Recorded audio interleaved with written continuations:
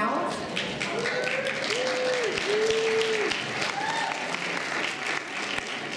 My name is Rebeka Tabobondung, and I'm from Wissahickon First Nation, which is about 3.5 hours north of Toronto, along the beautiful shores of Georgian Bay. I'm Beaver Clan, and I'm really happy to be with everybody here tonight, and very thankful for everybody who's joined us, for everybody also who's joined us online.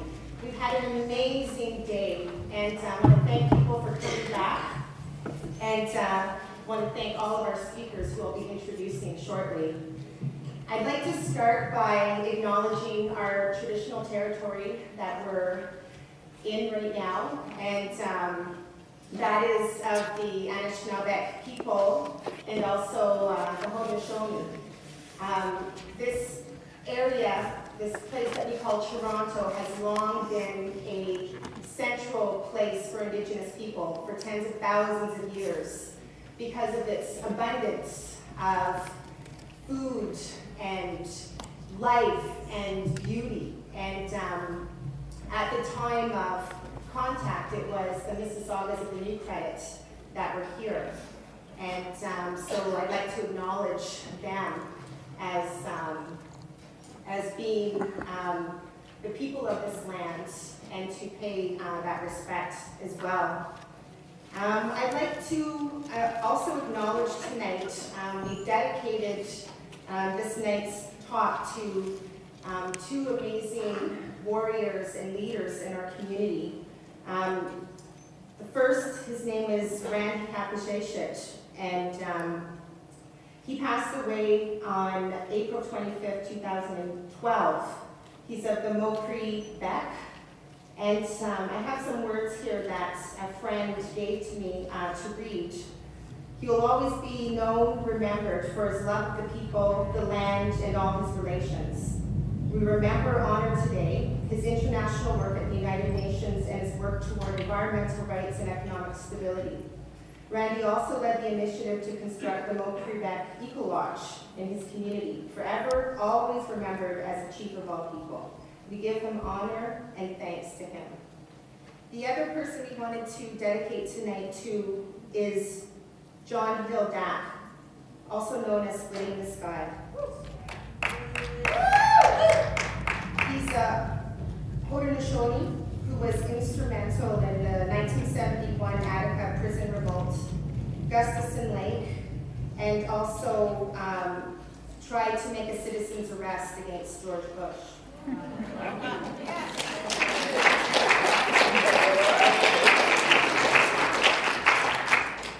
I'd also like to take this time to thank our many organizers that contributed to this evening.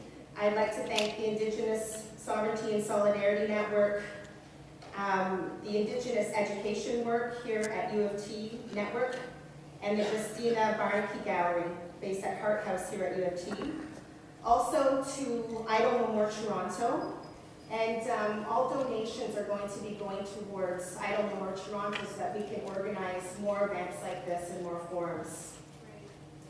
And I'd like to introduce as well Muskrat magazine that is hosting tonight. And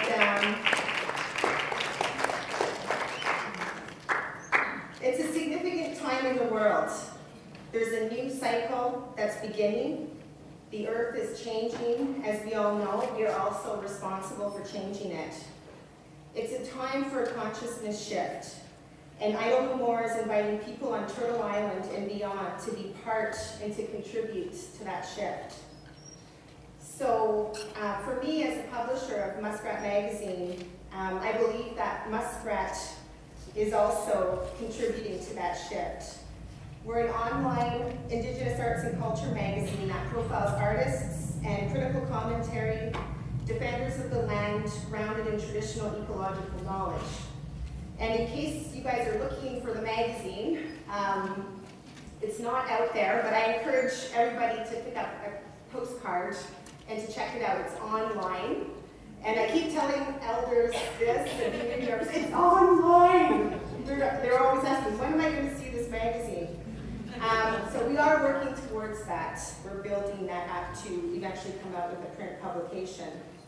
But what I wanted to share a little bit about what inspired the magazine, and that is the teachings of Muskrat. And in case people aren't very familiar, Muskrat is a central figure in the Anishinaabe creation story. And as I have heard, the story it can take days long to tell, so I'm just going to tell a little tiny little bit of it. There was a flood, a great flood, and Sky Woman came down to rest on the back of a turtle. But of course she needed land for life to be sustained. So all of the most powerful water animals came to her and offered to dive down to go and try to grab a piece of soil to bring back up to her. And of course, the strongest ones, like the loon and the beaver, dove down, and they were all in their turns going down. Took a very, very, very long time before they came up again, but each one of them came up empty. And so it was the muskrat that said that he wanted to try. And everybody laughed, but he was determined. And so he dove down, and everybody waited and waited and waited until there was no hope left.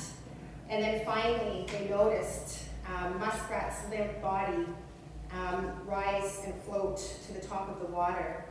And they all were so upset because they thought he too had failed.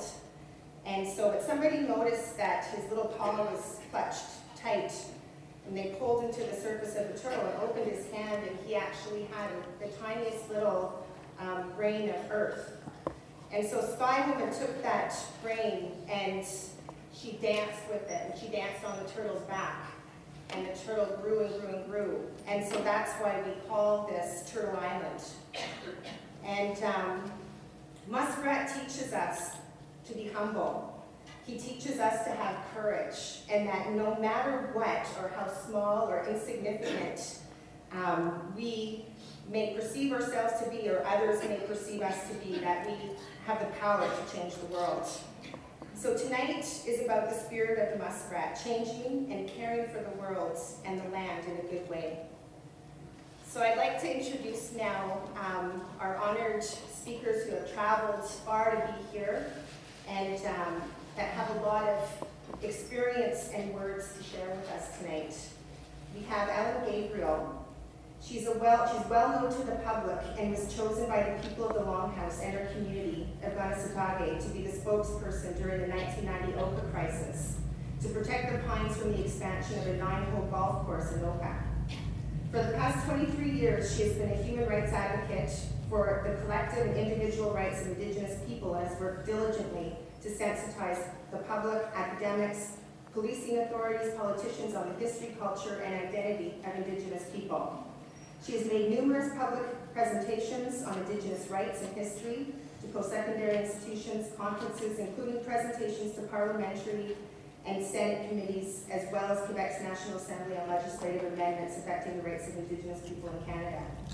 She has been active at the international level, participating at the United Nations Permanent Forum on Indigenous Issues, negotiations on the Nagoya Protocol of the Convention on Biodiversity, and advocated for Indigenous languages and cultures at the UN Expert Mechanism on the Rights of Indigenous People.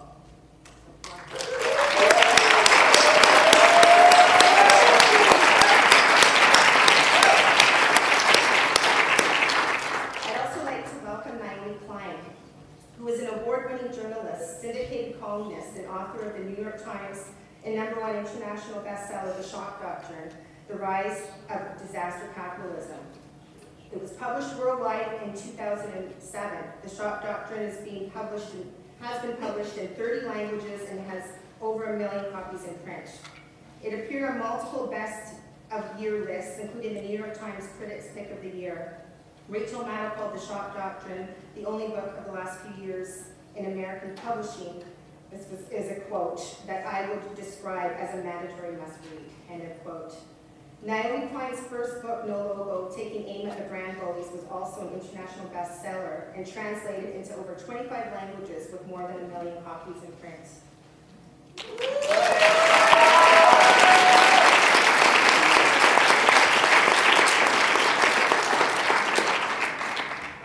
We're definitely lucky to have Hart Manuel come to the stage again. He spoke earlier this afternoon. He's a member of the Muskrat Indian band of the Squamish Nation in Kamloops, British Columbia. Mr. Manuel is a spokesperson for the Indigenous Network on Economies and Trade, a network of Indigenous organizations who are achieving recognition for Aboriginal title and treaty rights at the international level. His bio is like really long, but he is a mentor, a leader, and also a co-founder of Defenders of the Land, which is a very important organization. I recommend each and every one of us to go to their website. And then we also,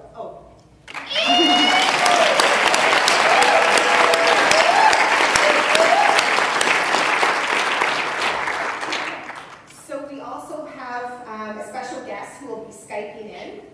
Knock on wood that we have no technical issues. Chelsea Vowel is Métis from the Plains Cree speaking community of Lac St. Anne, Alberta. She's a mother to 4 girls. She has an BEd and an LLB and currently lives in Montreal. She teaches Inuit youth under child protection and blogs in âpihtawikosisân. Sorry about that. She's passionate about law, culture, and language. She tries to deconstruct harmful myths with the hope that there can be a restructuring and renewal of the relationship between Canadians and Indigenous people. So we look forward to seeing her join the conversation midway through tonight.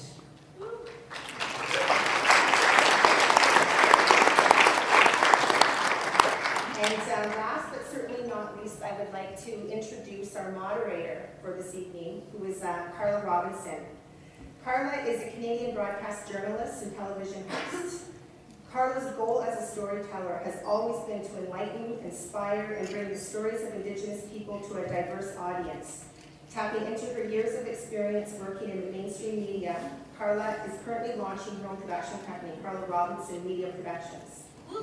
She is also the host of a new biography program called All Our Relations that will air this year on the Aboriginal People's Television Network. For 13 years, Carla was a national news anchor and television host for CBC News Network, formerly CBC News World. Most recently, Carla was an arts and entertainment correspondent for the CBC News Weekend and CBC TV Toronto. As a proud Haisla and Hauptuk woman, Carla strives to promote an authentic Indigenous voice to the widest possible audience. Chimigwich and welcome. Thank you, Rebeka. And thank you all for coming out, and thank you all for joining us online, around the world, across the country. We're going to get right into it because we want to hear a lot of our speakers' thoughts. And the theme of today's symposium has been Nation to Nation Now. And tonight we are talking about building a new relationship, and a relationship between equals. From nation to nation implies the sovereignty of said nations. And so before I get into that, Naomi has asked me to just let everybody know as well that she will have to be leaving at 9, and but we'll probably wrap up around that time anyways, but she has to leave 9, she's got a baby to get home to.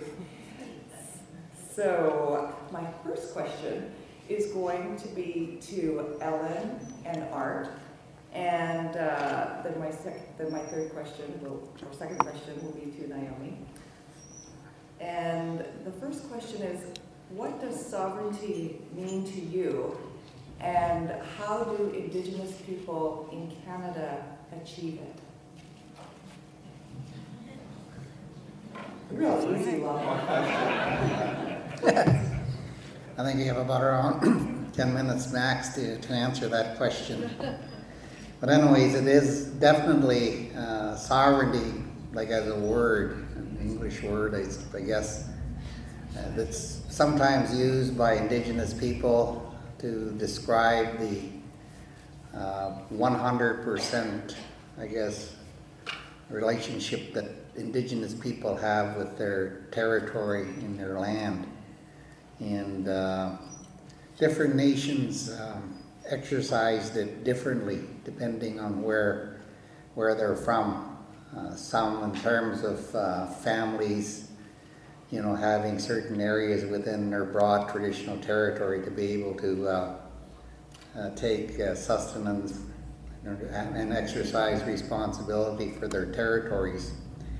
And they work collectively with other families that were part of their common language and their common culture in doing these things. When Europe came, they disrupted whatever the authority was that we exercised, whether you want to call it sovereignty or call it whatever else you want to call it. Because I don't want to get in arguments about what the terminology. I just want more to think about the concept that's behind what the word is trying to describe. But the thing is that the federal and provincial government, like I said, were created by the assertion of British sovereignty over our territories.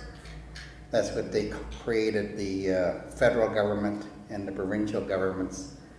And sovereignty in the I guess the Canadian terminology means the Crown. It means that the Crown represents the collective proprietary interest of the Canadian or the provincial, like in BC they say British Columbians, to that. And they've been exercising basically 100% jurisdiction between them over our land and territory. And that's the struggle between our people and the government. And we've used a lot of times the court, but we never ever asked the court about our sovereignty. I know when the Delgamok case was originally being argued, they did have the question of sovereignty in there, but from the Court of Appeal to the Supreme Court, they dropped it as one of the causes of action, and they instead just included Aboriginal title, which is a proprietary right, but it doesn't address the issue of sovereignty. So sovereignty itself has never been, that terminology has never been really argued before the courts in this country between Indigenous sovereignty and sort of Crown, I guess, sovereignty. I know in the Mabu case in Australia that that issue of sovereignty was put before them, and the court there said that they couldn't address the issue because the court itself was based on the sovereignty of the Crown, and that they couldn't make a ruling that if the Australian people wanted to raise it, they'd have to raise it at an international level. But I think one thing is clear, that we do have a very clear sovereign or higher or legal relationship with our land. That's what the Royal Proclamation of 1763, they admit that, because they say that in order for settlers to come on our land, they have to have an agreement with the Indigenous people, and then they put in this whole colonial doctrines of discovery relationship in there. But one thing though is that that agreement definitely proves that we are a separate people. That's what the treaties also prove, is that we are a separate people. And in that sense, we don't need to be arguing about whether we're Canadians on the same basis as settlers who came, you know, individually to North America, to Canada, and became Canadian citizens and become subsumed under, I guess, what you call British or Canadian sovereign interests. So the thing is that those are, I think, important things to sort of think about in terms of a framework of thinking about this issue. But the real, I guess, heart and soul of sovereignty is Indigenous people themselves, you know, like was said earlier by other panelists, you know, of getting out on the land, you know, of actually exercising your right and your relationship, your responsibility to take care of your land and to stand strong on those principles, because that's what ultimately will measure in the final analysis whether or not you will be a part of a whole new Canada. Because for one thing, this is what this issue is about, relationships. Definitely when the federal and provincial government of this country were forced into the position of recognizing and affirming our Aboriginal treaty rights. These are proprietary and treaty type relationships with Canada. They recognize that sovereign relationship, and they recognize that we are a separate in terms of peoples who have a relationship with our territories, and it recognized that we have a right to make our own laws, to govern our own selves in relationship to the land and which is ours, and how that interacts with the federal and provincial government is what should be the substance of substantive negotiations, and how we both can live and coexist together, but not one dominating the other. So that's the framework is there. That's what I'm trying to say, is there's a constitutional framework that does exist, that we fought hard to make sure is in place, you know, and that sovereignty is one of those things that we need to strive in a political sense, I suppose, with Harper at this time, to keep that issue on the table, to make sure that he understands that when we are speaking to him, we're speaking because we have a historical, a constitutional, a legal background and relationship to our territories. And it isn't based on the British North America Act. It's based upon the fact that we were here before the British North America Act, and that the British North America Act, as the Constitution of Canada, was in violation of our right as Indigenous people to self-determination. Going back again to the UN Declaration on the Rights of Indigenous People, to be able to put that as the foundation and our right as Indigenous people to benefit and to make decisions with regard to access to our traditional territories. Those are some fundamental decisions that are part of that whole question of sovereignty, is access and benefits to our territories. And we need to be able to stand up to the federal and the provincial regimes that are saying that they have 100% power and authority to do that. And we need to be able to carve out a new kind of relationship within that dynamic relationship between Canada and Indigenous people. And that's what I mean by a new kind of Canada, because up to now, we've been living in this outdated, very antiquated colonial process that was imposed on us by Great Britain. And we need to break open, because that's what the whole question of recognition and affirmation is all about. You know, we say we want the government to recognize and affirm our Aboriginal and treaty rights, but we never really question, well, what does that really mean? And that's what this whole issue about discussion sovereignty is really about, is it's throwing out that big picture over all, both settlers and Indigenous people.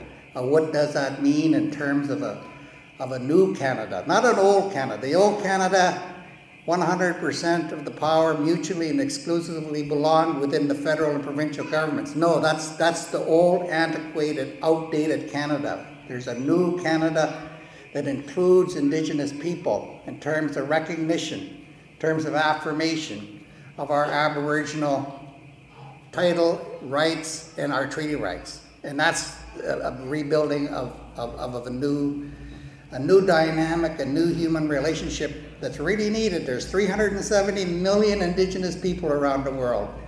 Canada is one of the places where, you know, like there's only 37 million of us in Canada, and it's large enough to come up with a solution. We do have the framework, we can do it, and sovereignty, Indigenous sovereignty, recognizing that is really one of the critical issues. Anyways, thank you.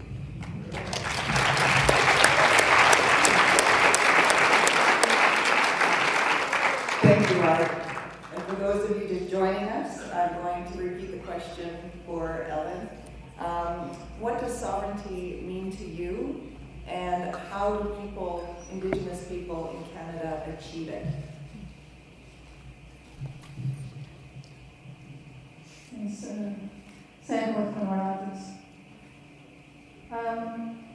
Just to add what Hart has already mentioned, I think sovereignty is really,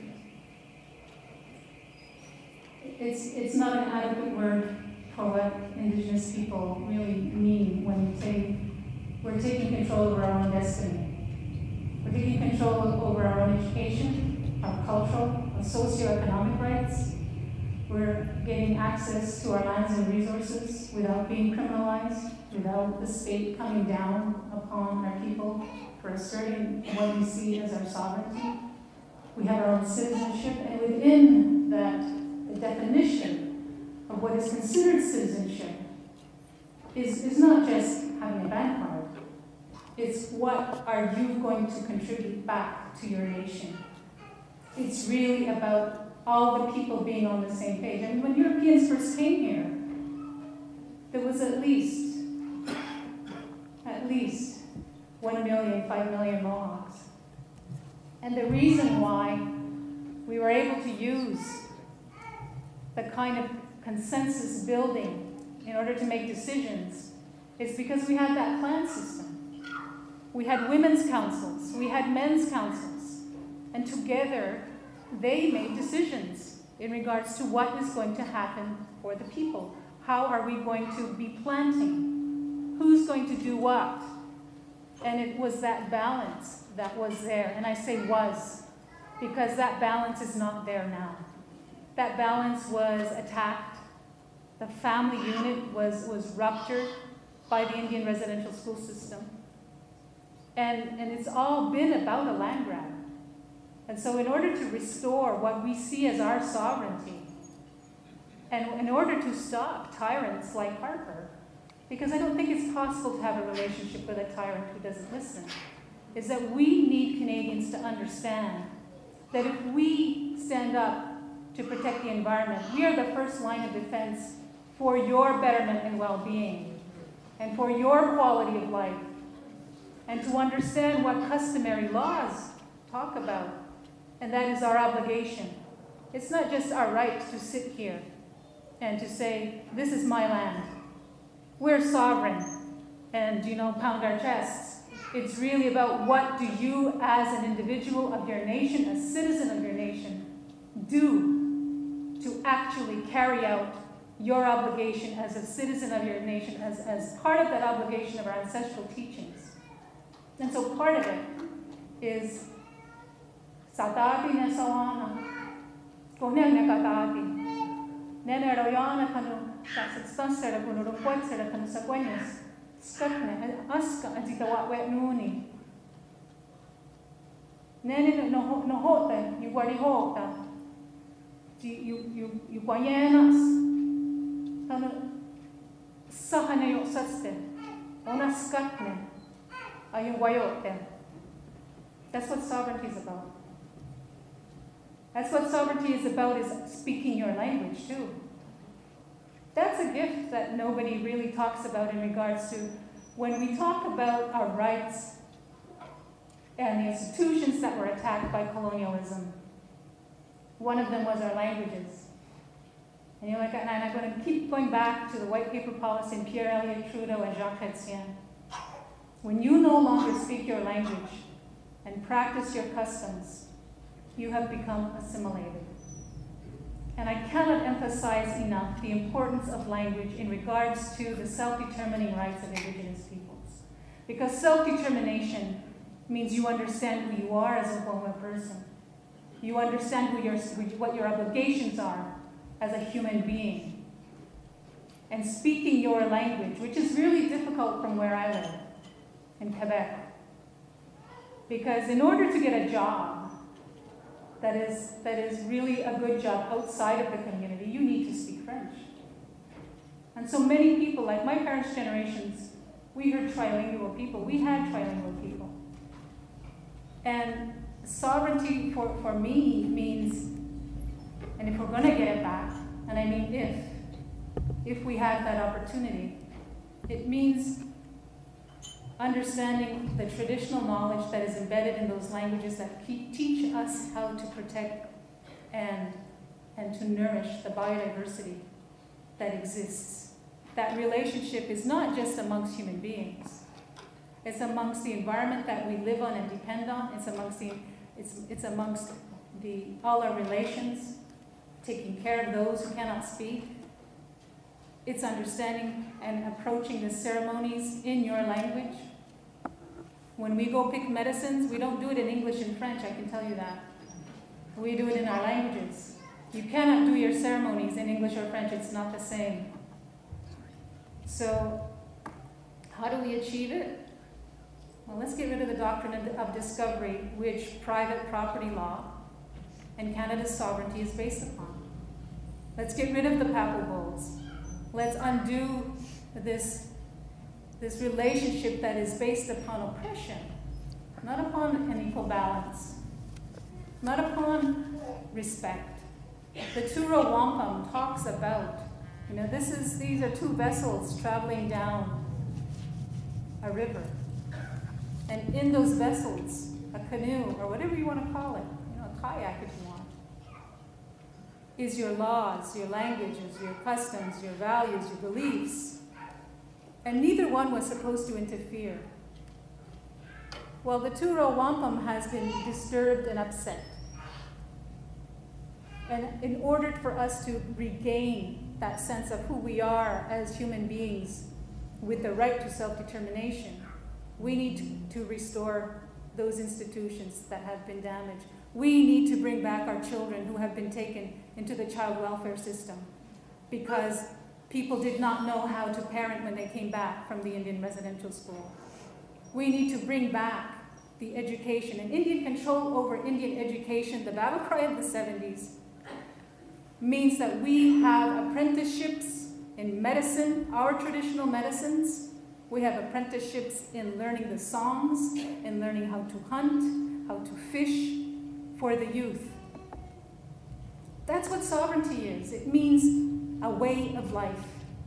It's not an abstract form that we see in books and that researchers come and pick our elders' brains and then claim it as their intellectual property. It's really about believing that we are part of creation. We are not separate from it. And that we need to become part and understand that. We need to assimilate Canadians into the teachings that our ancestors brought us.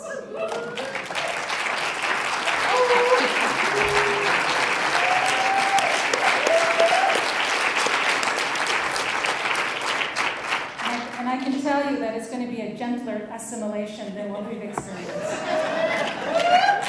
So I guess I'll end it for now because I only have a lot. Thank you. Thank you, Ellen. Okay, my next question is for Naomi. And Naomi, how has Island No More impacted you? And what motivated you to come in and join the conversation. Thank you, Carla, and I want to thank the organizers, Muskrat Magazine, and I just want to say what an incredible honor it is to be on this panel with two such amazing leaders, fierce leaders, and I feel really humbled to be keeping such company. Arthur's been one of my teachers in all of this, though any mistakes I make are my own. But I've learned a huge amount from him over the years, and he's taken me to his territory, to his land, and fed me and schooled me. I guess the answer to the question of you know, in terms of why I'm here, I have to say, you know, I'm here because I was honored to be asked, and I'm not sure I deserve to be here because, you know, I don't consider myself an expert in this area. I feel I'm very much learning, and so I feel a little bit tentative in this role. But the reason I wanted to be here is precisely because I've been so inspired by the emergence of I Don't Know More. So inspired, so excited. I guess one of the things it felt like was just a huge relief that something so hopeful was emerging at such a scary time. I think for Canada and for the world, for the planet. It almost was too good to believe. So, you know, on a personal level, I want to do what I can to be part of this movement that has been a very welcoming movement, that's been a movement from the start that has said this is about Indigenous and non-Indigenous people working together to build a new kind of relationship, a new kind of country. That said, the name of this forum is Nation to Nation, and I am not representing Canada here. I think I would be a very poor negotiator. Although we could get this done really, really quickly if they left it up to me. I would absolutely submit to Ellen's assimilation.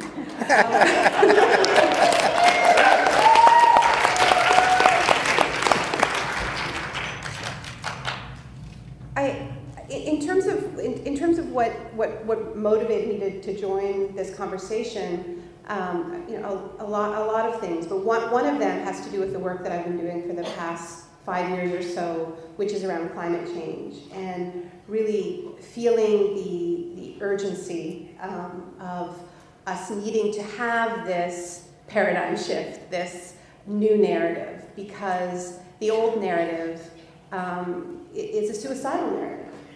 And the science is so clear now, and it's one of the things that's really interesting to watch is how scientists are becoming radicalized by their own findings, because they're realizing that that sustaining life on Earth, sustaining a habitable planet, is not compatible with capitalism.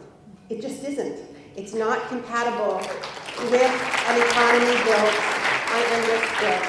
And it isn't just about climate change. I mean, in some sense, climate change is an indicator species for a broader crisis. It's a broader depletion that's happening on the planet.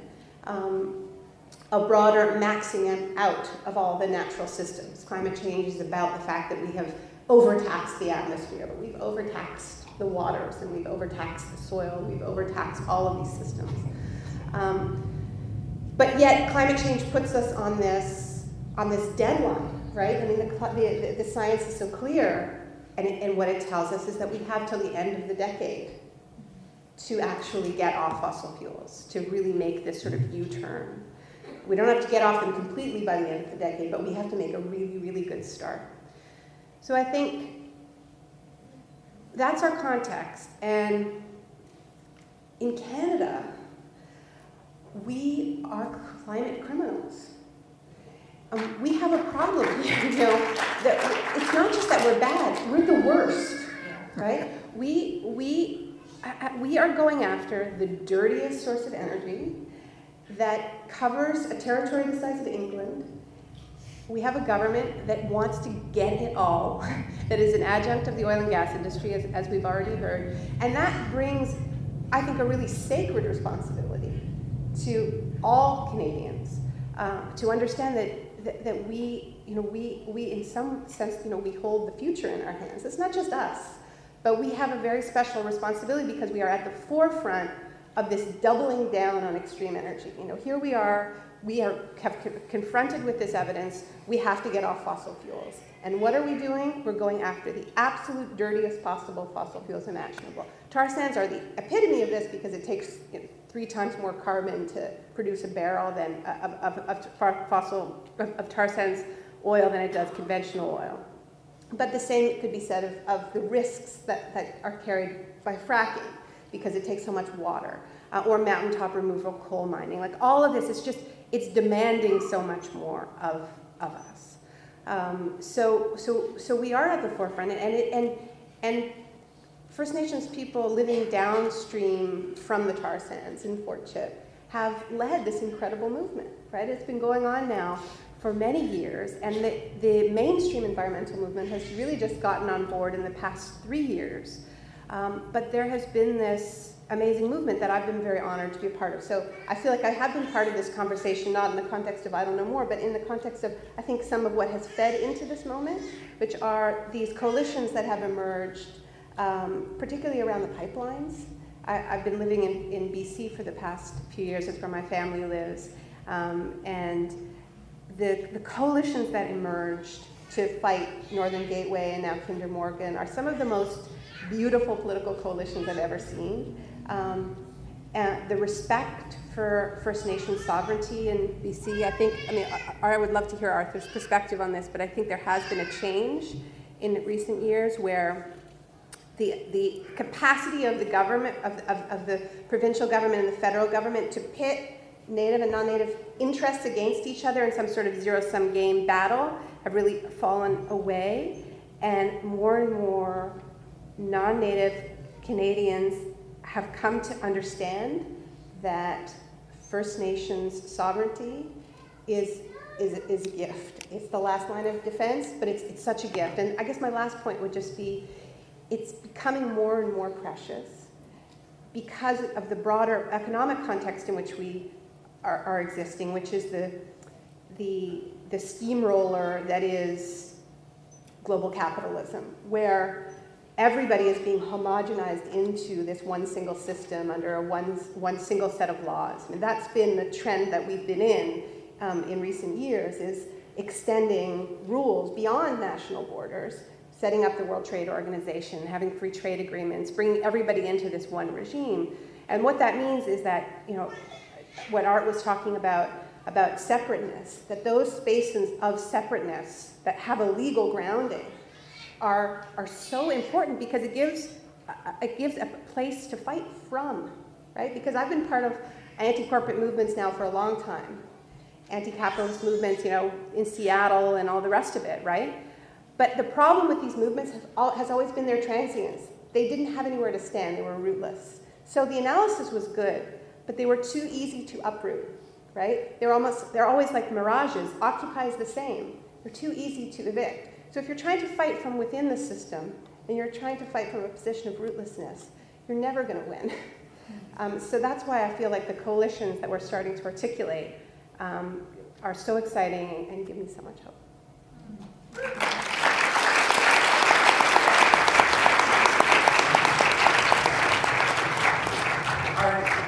Art and Ellen, do you have any thoughts on what Naomi has just talked about before we go into the next question? Okay. Yeah, I think one of the things that's very important is I think Indigenous people, and we heard it a bit in a number of the panels before about our vision of an economic system, value system, looks at the land, the plants and the animals and the trees and the air, everything as part of the decision making. in relationship to our territories. We don't just look at, you know, land as a natural resource or a to produce products to feed consumerism, to make money and profit. Those are really two different economic, you know, regimes and value systems. And that's, I think, what is being talked about in terms of Indigenous people are needed in terms of adding to the dialogue. And I know this puts a real dilemma on a lot of Indigenous communities, because I know the mining companies in my area are talking about, you know, contributing jobs and business opportunities and trying to get us to plug into this very corrupt, you know, economic system that looks at it as a resource and for profit, as opposed to one that looks at, you know, what are we really gaining here. You know, we might have a mine open for 11 years and we might produce a few hundred jobs, but we're going to leave mining tailings for our grandchildren, and we're going to pollute the whole Fraser Basin watershed. You know, those are issues that don't seem to be raised by this other debate, and this is part of the environmental process, and you know, all this kind of stuff. So there's some real fundamental debates for Indigenous people, but I think Indigenous people have to stick to protecting Mother Earth. That's the only real, you know, economic and political argument that we can really contribute. So I really support it.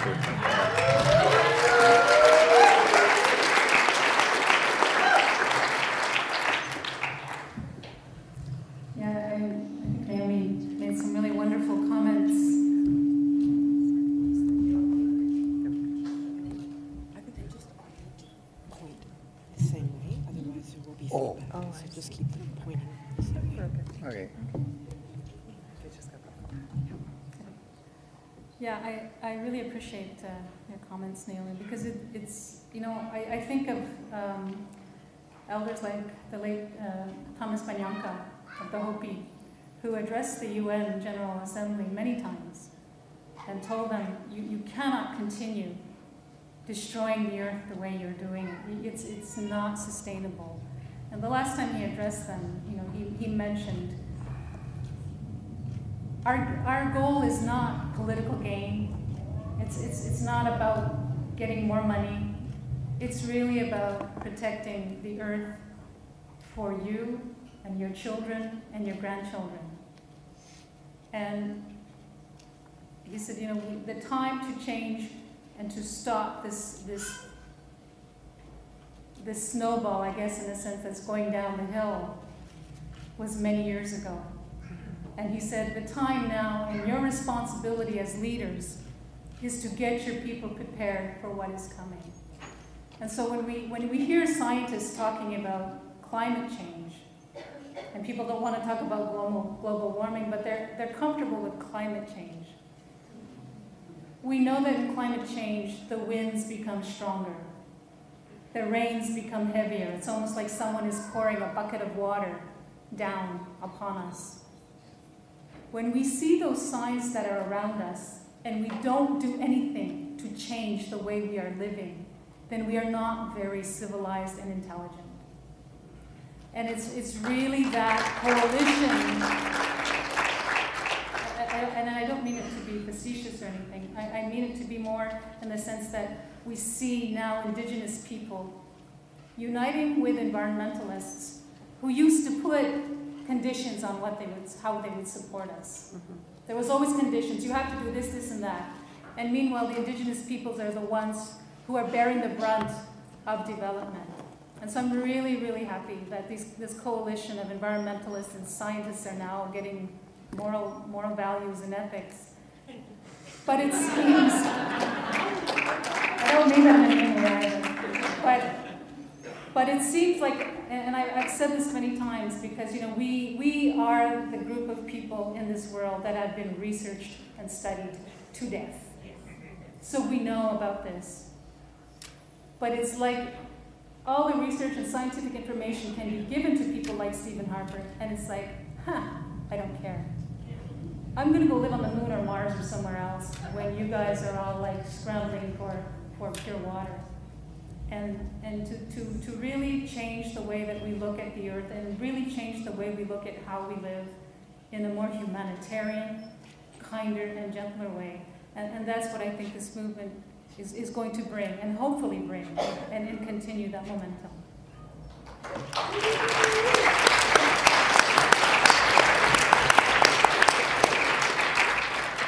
Thank you, Ellen. Thank you, Naomi. Before we go on to the next question, I just want to add my 2 bits here. I'm from the Haisla and Heiltsuk First Nations.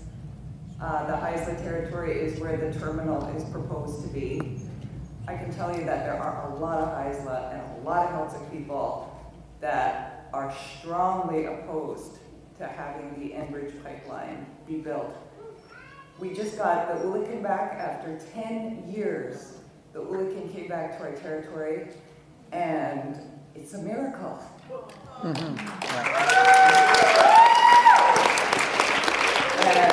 I want my children to have a future in their territory.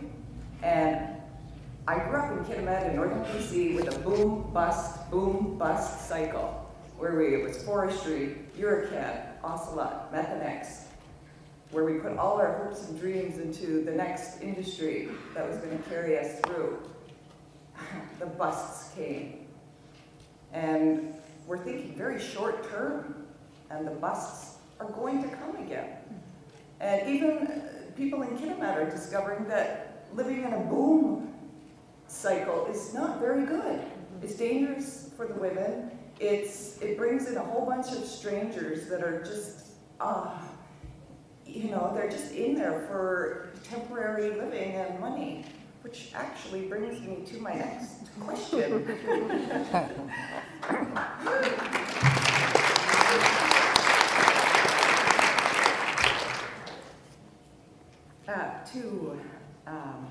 I guess first to Ellen and Naomi, but also to Art too. Increased violence does seem to happen in extraction-oriented economies. How do we build a relationship between Canada and Indigenous people that creates safety for women and children?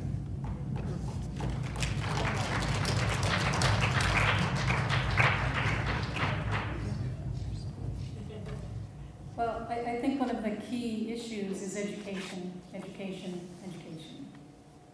And understanding that violence is not part of our culture. Violence is something that happens when, minds get twisted.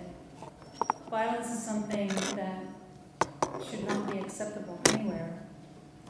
And the way we do that is, parents, aunties, uncles, you role model those kinds of personalities of being peaceful, of understanding how to use your mind and your heart to express and go through conflict. We've seen, sexual violence used as a weapon against nations, and Indigenous peoples in the Americas were no exception. Indigenous women were the least valued. Indigenous women were considered rapeable, they were expendable, and it's still like that today. So what changes is you need to have a national plan of action. A plan of action that includes police, that includes teaching curriculum into elementary, high school, includes teaching police how to deal with violence, and does not, it makes justice fair and equitable to everybody, not just because of your race. But I think it's really important to say as well that until we stop violence against all women and girls and boys, that violence will continue to be part of one of the sad things that we see happening in Canada today, where Aboriginal women are the most marginalized group, experience I think 1 in 7 experiences some kind of violence at the hand of their partner. But also to change, as Amnesty International's report Stolen Sisters said, is to change how society views Aboriginal women, Indigenous women, and to teach that racism is not acceptable. Racism is part of the problem.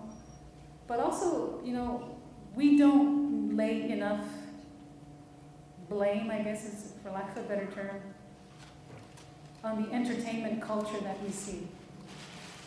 And we forget about them, right? Because it's nice to go to a movie and you see all this, and women are still the victims.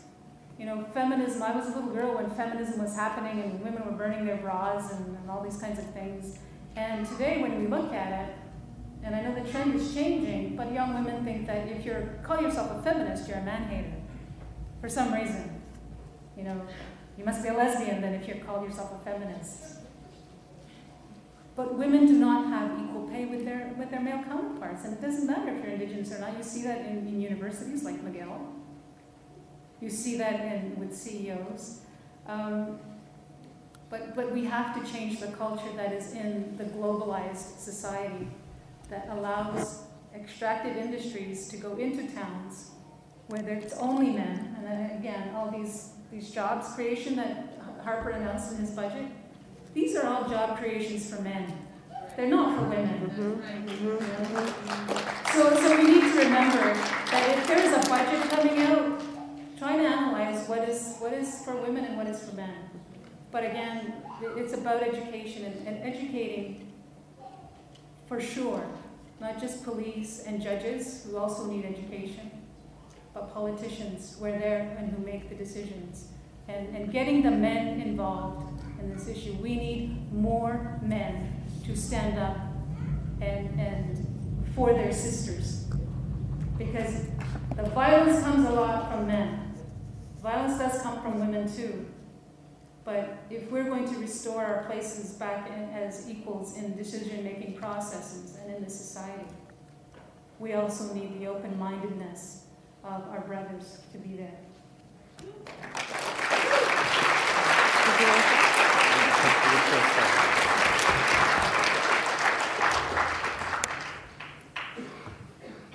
You know, they actually call them man camps, you know, in the extractive industries, where you have these temporary cities that emerge in the back in oil fields and in the States, or, you know, in Fort McMurray.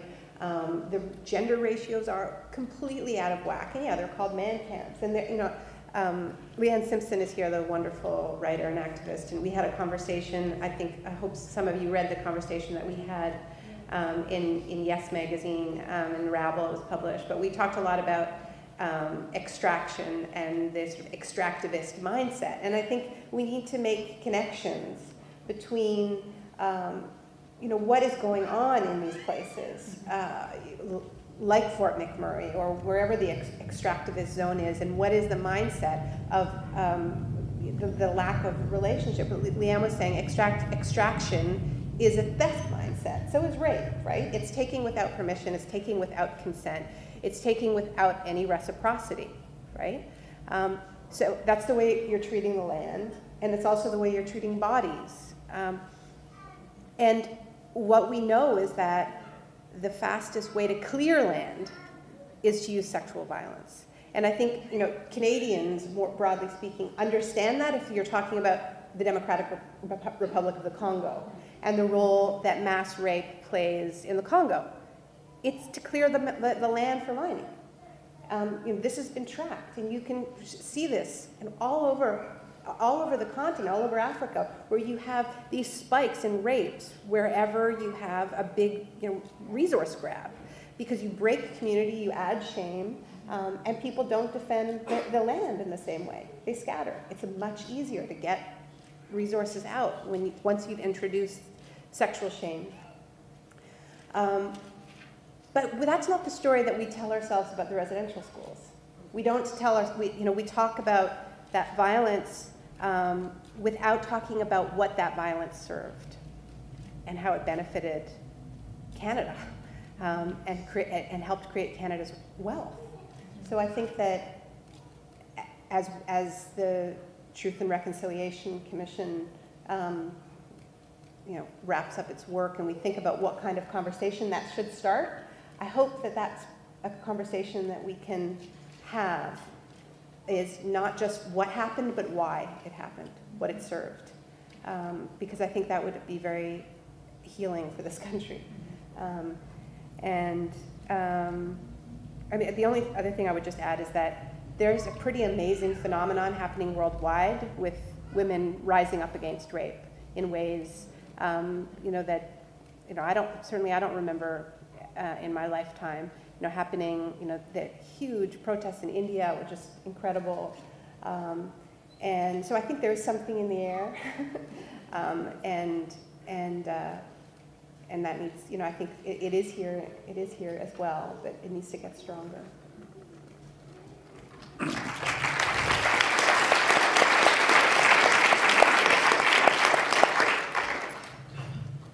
Yeah, I think one thing as Indigenous male, and talking about this very important topic is that there is a lot of discrimination even in our communities as Indigenous men.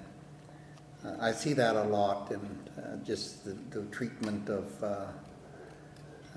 women chiefs vis-a-vis male chiefs. Like we have a woman chief in our reserve, elected chief, Judy Wilson, and a lot of times, a lot of her issues in terms of raising the very same issues as males sometimes aren't really heard by the other male chiefs, and it proves that. But Indigenous women are really the most discriminated people in Canada. There's no and ifs and buts about it in terms of economic development, in terms of job opportunities, and in terms of programs and services. There's a tremendous amount of discrimination and I guess against Indigenous women, and there is a lot of violence there. I think keeping the pressure on the system is really important, and I think things like they had a inquiry about a provincial inquiry about the murdered and missing women in British Columbia, and the Indigenous women asked to be supported in terms of having legal counsel so they could appear before the committee and question the police, and the province wouldn't accommodate that, and they therefore couldn't really represent themselves, so they pulled out. And eventually all the Indigenous people wound up pulling out of that inquiry. Yet the inquiry went on, this kind of thing. And Canadians should be really embarrassed about the fact that it continued on without Indigenous involvement and support. It's going to be just a big whitewash, before, so there's real institutionalized aspects of it in this country. So I think it's an issue that we need to keep raising. I know when I was, I'm also one of the coordinators for the North American Indigenous Peoples Caucus, and we just met in San Diego, and the whole issue about violence against women was one of the topics that they raised and said that we need to keep pressuring at the international level. So anyways, just like to say that.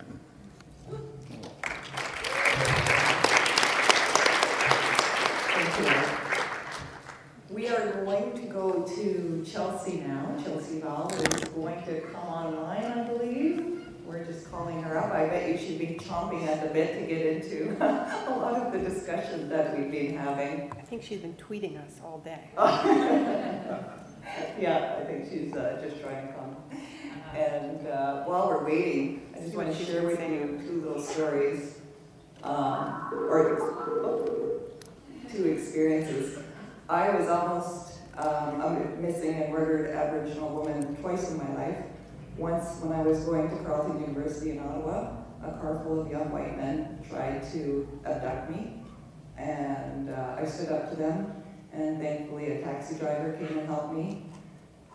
Another time I was in Smithers working on a story, and at night it was actually a Native man with a large group of people who wanted to take me from the hotel to a party and felt like he had the right to take me from the hotel.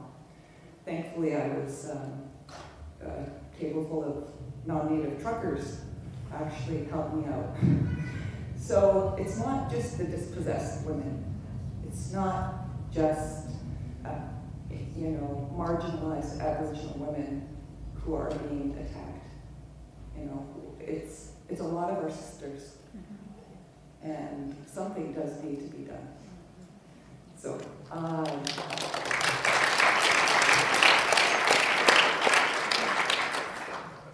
and is Chelsea there? Yes, I'm here. Oh, great.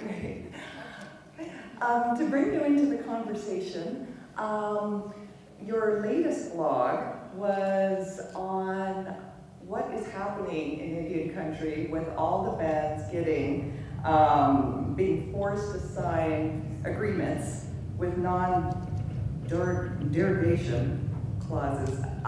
Could you explain that a little bit better than I did?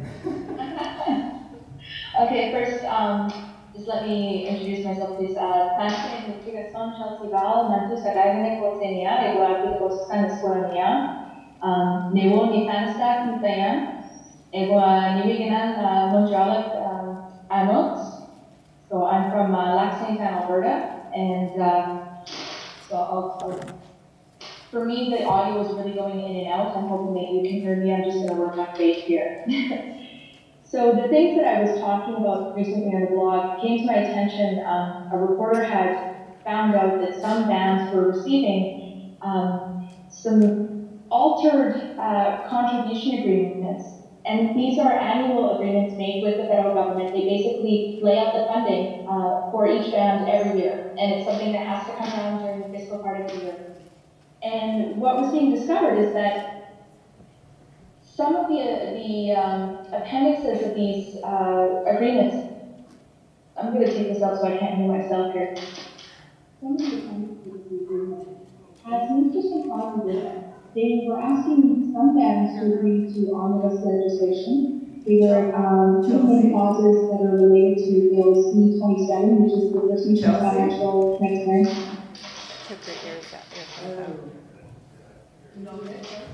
If she could just put it in again, Chelsea? Yeah, if you could just put it in again because we can hear you a bit better. Okay. All right. That's better. Okay. One of the things that was missing that's really important is something called a non-derogation clause. And in legalese, basically what it means is that it protects Aboriginal rights from any sort of unintended side effects that agreements can make. So when you make an agreement, say you decide on funding for any sort of activity that's going on. When you make that agreement, you're not saying this is how it's going to be forever. You're saying this is how the funding is going to be now. Now, if the agreement that is in place in some way interferes with your Aboriginal rights, whether it's because it sets limits on how many people can get licenses to trap, for example. Okay? Because hunting is fairly unregulated in a lot of areas, but trapping is very heavily regulated. So say they say we're going to let you have 15 trapping licenses. The non-derogation clause in the agreement makes sure that that's not limiting your Aboriginal right to trap, that this is not something that's going to mess you up later. Now this clause has been missing from a lot of the contribution agreements. And people are actually going back to last year's agreement, noticing it wasn't there either. This is significant because Wilson Littlechild has noticed that since 1995, these non-derogation clauses, which are strong protections of Aboriginal rights, have been slowly phased out in favor of sneakier language. And some of the sneakier language are things like quieting of titles. Quieting of titles is not extinguishment of rights. What it is it's saying that you have your Aboriginal rights, but you contractually agree never to exercise them. Okay? There's a huge distinction in law between those two things, but when you're on the ground, it's exactly the same thing. Okay? So non-derogation clauses are meant to prevent any sort of erosion of Aboriginal rights, and those clauses have been deliberately taken out from a lot of the contribution agreements. Not all of them. They're in there somewhere for some people. Some bands have literally penned it in, said we're writing this in and this is what we're signing. Other bands haven't been successful at that. They've said, look, we want this back in, and the federal government refuses to budge. And if they don't sign this, they get no funds. The funds do not flow. As of April 1st, those bands will have no funds. And as of right now, there are at least 3 bands that I know of that have refused to sign, and there may be more. So this is an immediate problem, because this is one side of a contractual agreement significantly altering the contract without bringing those changes to the attention of anyone. This was only noticed because some people sort of, with everything going on with Idle No More, they weren't so trustworthy of the government. They took these things home and they read them and they said, wait, there's something strange going on here, okay? I think it's really important that people be aware of this right now because the time limit is coming up, okay? These funds need to flow very soon, or some of these bands who are very, very impoverished are not going to be able to make even the most basic payments to their people, or get the funding that they need for structural programming. When you need to build infrastructure, you have to get those loans ahead of time. If the money dries up, so does your loan, and so do all of those things that you have going on. So other things that are being put into those agreements seem to be really tailored to regions. Some of them have to do with financial transparency. Some of them have to do with agreeing to different rate changes according to provinces. Okay, and it all seems to be based on opening up these areas for exploitation. Okay, wherever there is a need to open up for resource development, that's where you're finding some of the biggest changes in these agreements. And so far, I haven't heard anything from the national chief or any of the national leaders on this. This is something that is hitting us across the country right now. Okay, so I wanted to bring that up today. Thanks, Chelsea.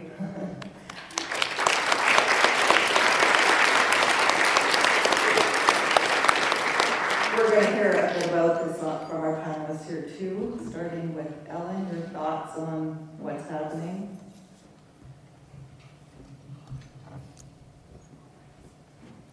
I mean, Canada, the federal government has been playing this game of economic terrorism, extortion,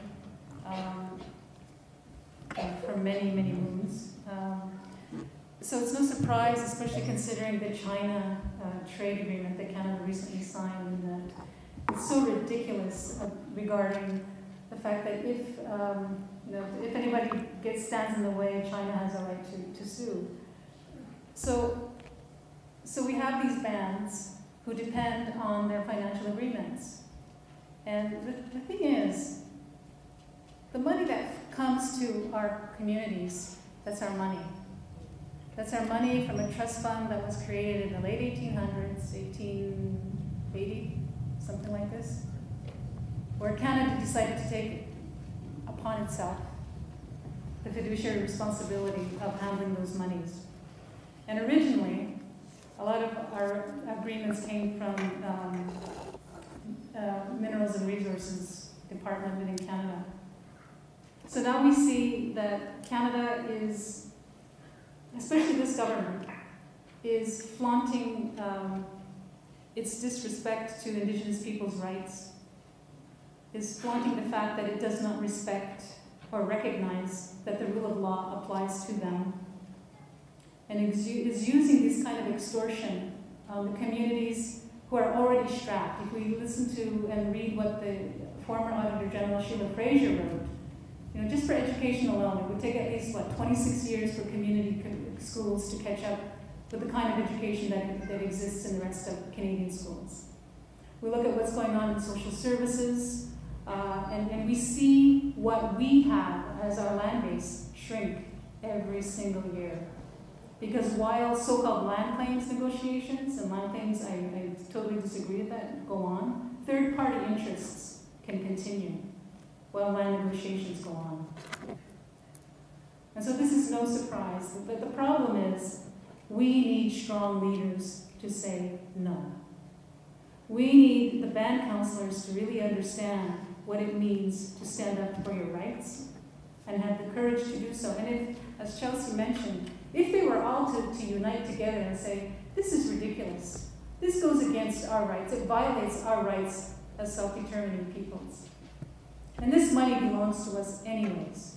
So Canada, you have no right to extort this from us. There is strength in unity, and I think that's what needs to be done. And maybe Mr. Atleo should make a statement. So maybe somebody should ask him, what do you think? What are you going to do to help all those bands who don't have the human resources to be able to understand the whole, how many page agreement? How are you going to support them as a so-called advocate for First Nations in this country?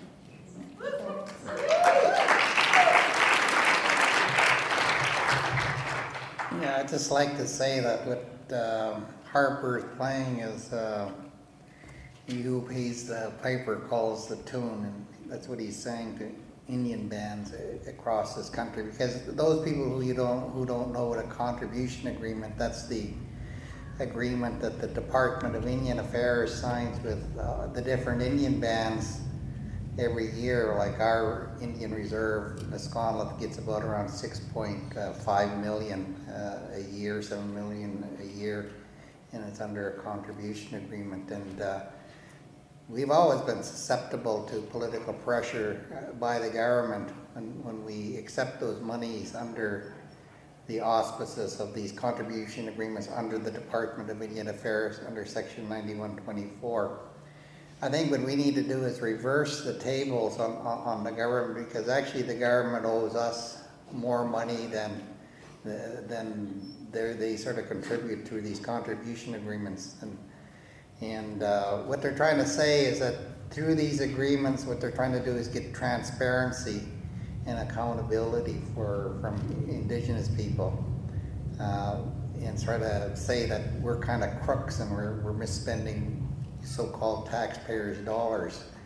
But I totally disagree with that. One of the things that you need to understand, earlier this afternoon I was talking about this argument where we went before the WTO in a Canada softwood lumber dispute, and we argued that Canada's policies of not recognizing Aboriginal treaty rights was a subsidy to the Canadian forest industry, and the WTO and NAFTA accepted those submissions, which basically mean we have an interest in all lands and resources. And if you understand, like the province of British Columbia, for instance, for all those people that are negotiating under the British Columbia Treaty process are running into this $500 million debt that Russ raised earlier. In British Columbia, for instance, the British Columbia government since 1998, after Delgamuukw, have had to report in their financial statements how they're dealing with their liability for Aboriginal land claims in British Columbia. And it's in every financial statement, you know, where they do the accounting, they put out the assets, the liabilities, is subtracted, they come out with the benefits of the provinces. Under there they have a contingent liability. And in the contingent liabilities, they deal with Aboriginal claims, in which they basically are saying that the way we're dealing with it is we're dealing with it through the Federal Comprehensive Land Claims Policy. We're basically going to extinguish all the Indian people's rights, therefore we're going to own the province again. That's what they're saying. But every province in this country should be doing the same thing.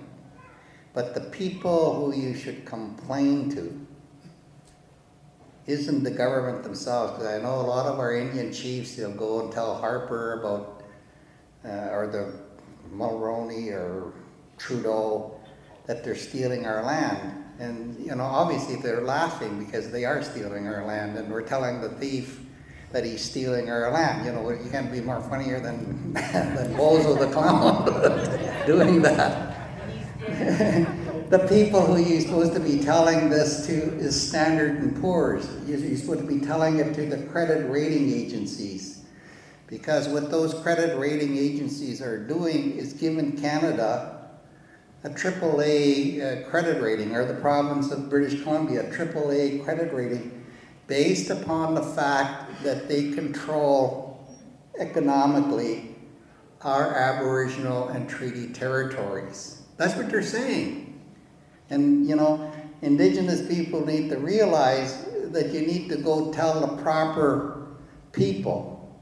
Because, see, the credit rating agencies are telling investors who buy Canada savings bonds or BC savings bonds that Canada is managing its liability to all the people who they owe, you know, resources to.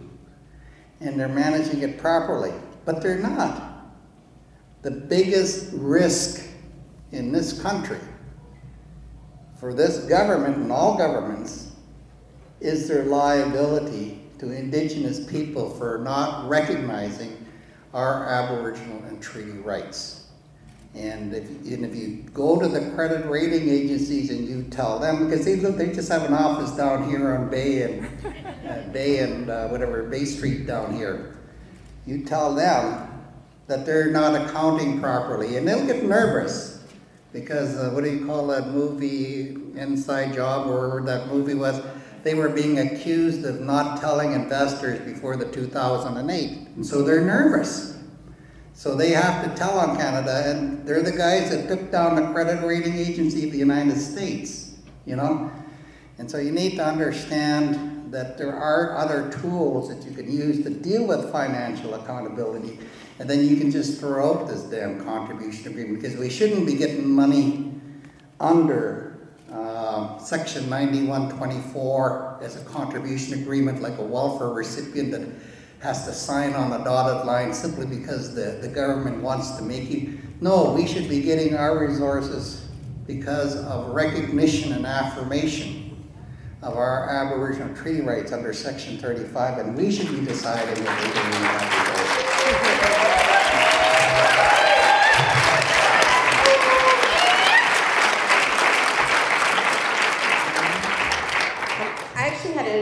The extraordinary experience of going along with Hart and Gabriel, the spokesperson for the Haida, in 2004 to a meeting on Wall Street at Standard & Poor's with the guy whose job it was to issue Canada's credit rating. I mean, this is what Hart does. He's incredible.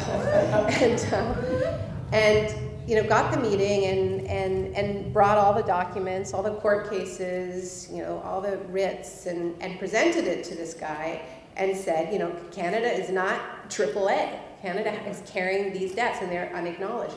And to me, it was one of the most enlightening moments of my life, being in this, you know, what were we, like the 44th floor of some terrifying tower. They almost didn't let Gabriel in because he didn't have his passport with him. And because it was, yeah, not that long after 9/11.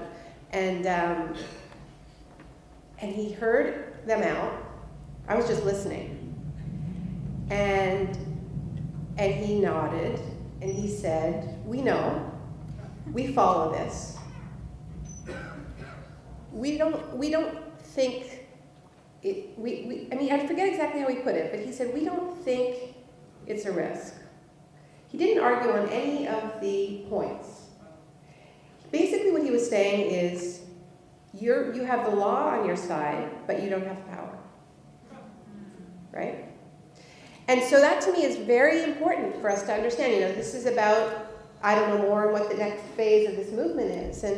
And you know, when I think about that, you know, I think the next phase has to be doing things that let that guy know that not only do you have the law on your side, but you also have the power. And I think that the power to actually implement those things. And I think that that's where these kinds of coalitions become very, very important. I'm sure they paid attention to I Don't Know More at Standard & Poor's. They certainly are paying attention to what's going on with Northern Gateway and all of the stuff that we're doing around the tar sands. It's creating investor uncertainty, right? I mean, if you are BP and you're contemplating a multi-billion-dollar investment in the tar sands, and you're not sure you can get the oil out, your shareholders are going to ask you, is that a smart thing to do? You know, Alberta's landlocked. They've got to get it out somehow. So I think on multiple fronts, the issue is exactly what Art is talking about, heightening that uncertainty, because there's a lot of power in that. The thing I wanted to add in reaction to Chelsea is just maybe to keep in mind as we think about what kind of coalitions we can build, that the Harper government is attacking everyone who stands in its way, everybody who steps out of line, using money as a weapon, okay? Yes, of course, First Nations are on the front line of this because First Nations represent the biggest obstacle to the extractivist agenda because the resources are on their land, overwhelmingly. But environmental organizations are also being attacked, being threatened with all kinds of audits, being told they're foreign terrorists, all the foreign agents, whatever. And what we just saw in the budget this week with CEDA being folded into the Department of Foreign Affairs and essentially telling the foreign NGOs that they better just be adjuncts to the extractive industries, essentially just the PR wings, and don't step out of line. And the first people who got this from the Harper government were the NGOs that were working on Palestinian rights. I don't know if people remember that wave of funding cuts, but basically they say anybody who is supporting Palestinian rights is not going to be getting money. And that sort of chill went out. And it affects the CBC. You think the CBC isn't terrified of getting their funding cut? So we have all of this fear throughout the culture. And I think really First Nations are the only ones who are really standing up to that fear. Most people are just going quiet. So I think we need to figure out a way to draw out these common threads and spread the courage around, because then I think we might actually get rid of these wonderful people.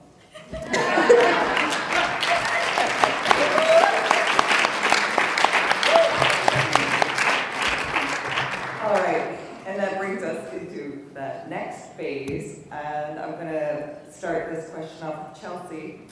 What does a new relationship between Canada and Indigenous people look like?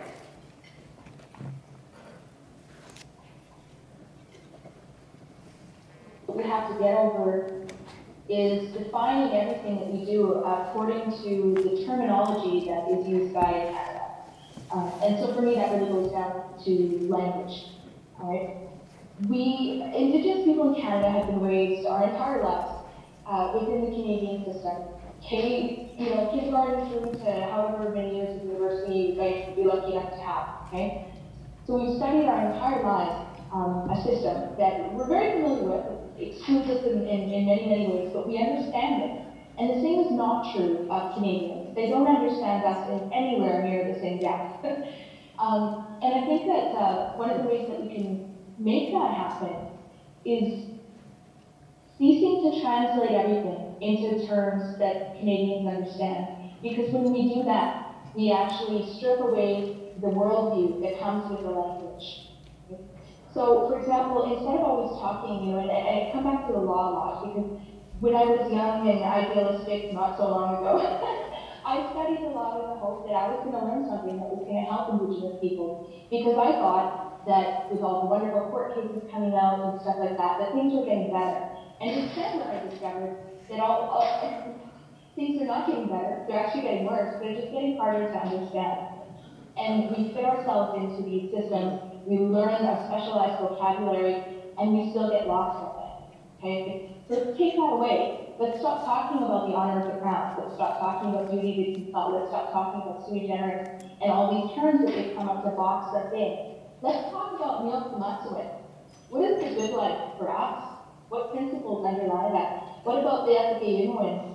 This is a sense of peace, of oneness, right? With masculine, which is a different type of peace, the peace that you make with other people, right? If we start bringing these Indigenous concepts forward, we can translate them into English eventually. I mean, if you have 3 hours, I can explain one of these terms to you. Okay? And it's going to take dedication on the part of Canadians to understand where we're coming from with these principles. But in doing that, we're also decolonizing. Okay? our ways of being, our traditions, our laws are all there in the language. And when we go back to that, when we articulate those principles, we're articulating how we exist in the world. What is our relationship with one another? What is our relationship with the world around us? And how do we guide ourselves with these foundational principles? So what does the relationship look like? To me, it looks like us speaking our languages. Okay, even if we're not fluent, I'm not fluent, I'm learning, I still have to do that, and it's like the process of decolonization, it's a lifelong thing. It looks like language being shared, and it looks like going back to those principles of peaceful coexistence and non-interference. Now, that's a lot of aspirational stuff, and people are going, yeah. Okay, what does it look like on the ground? First things first, we need more land. And that's the simple fact of it, and I've heard it a lot today. And this is something we have to go back to. South of the 60th parallel, okay? South of 60, First Nations have 0.1% of all the land in Canada. That's a pittance. It's nothing. It's ridiculous. We can't support ourselves on that land. So there needs to be a redistribution of land and resources.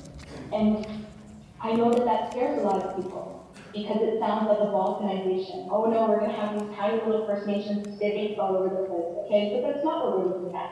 We're not talking about communities of 280 people becoming sovereign nations and having their own passports and everything like that, unless some of them want to do that. But we have nations. We have nations with many communities in them, and we have shared territories. And what I would really like to see is for our people to stop asking permission to exercise their inherent rights.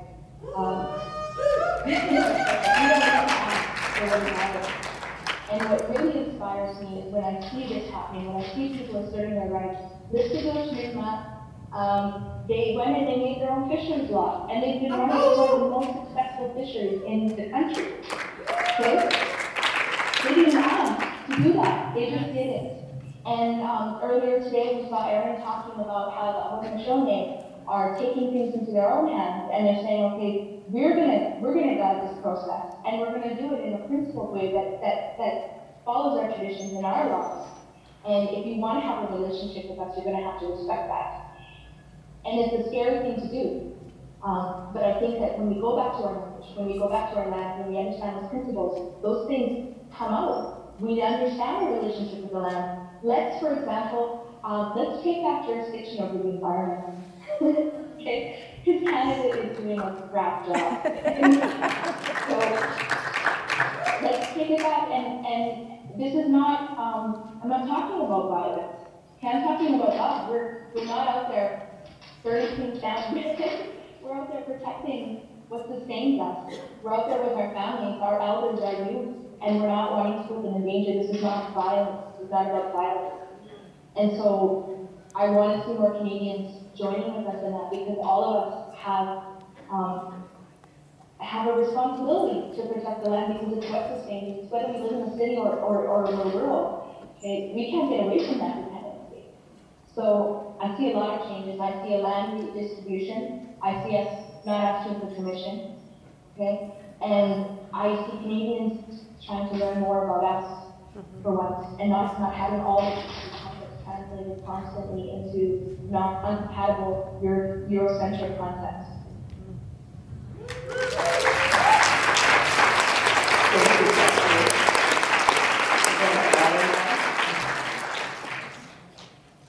Yeah, how do you follow Chelsea?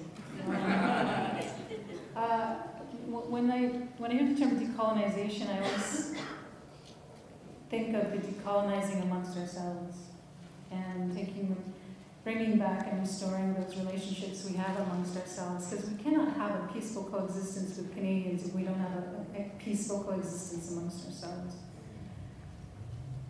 The historical knowledge that is there and waiting to be swept up by the minds of young and the minds of old is really important to bring into Canadian society and our society. Many of our youth don't even know what really happened in the Indian residential school system. They don't know about the loss of language. They don't know why, so many children are in the child welfare system. And really, what we need to have is the restoration of those institutions. So my health is dependent on my ability to pick medicines and my ability to be able to go into either a sweat lodge or my ability to be able to sit under the stars unmolested. I look around me and I see the parts of my traditional territory where we are being visibly erased from. And so we need to bring back those physical markers that say this is our land. It's not just about saying this is our land. Because when people come here from other countries, they say, where are the Indians? Right? There's nothing in this university, there's nothing in Toronto, there's nothing in every major city that tells you of the first peoples whose territory those cities are built on. And so we need to get back some of those changes in society, because I'm tired of always having to fight to keep my language, to fight to keep the culture that my ancestors fought so hard for.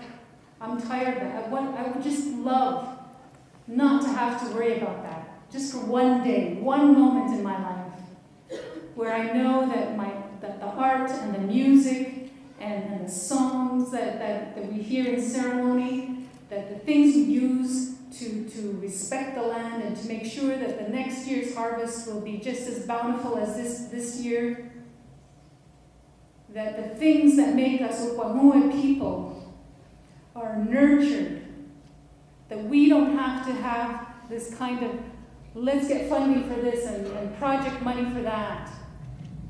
Because that's what we're doing as Indigenous people here. We are always fighting to keep what's left of our culture, of our identity. And so peaceful coexistence to me means Canadians recognize that their country is based upon the oppression of Indigenous people, and you do something about it. Not just find ways.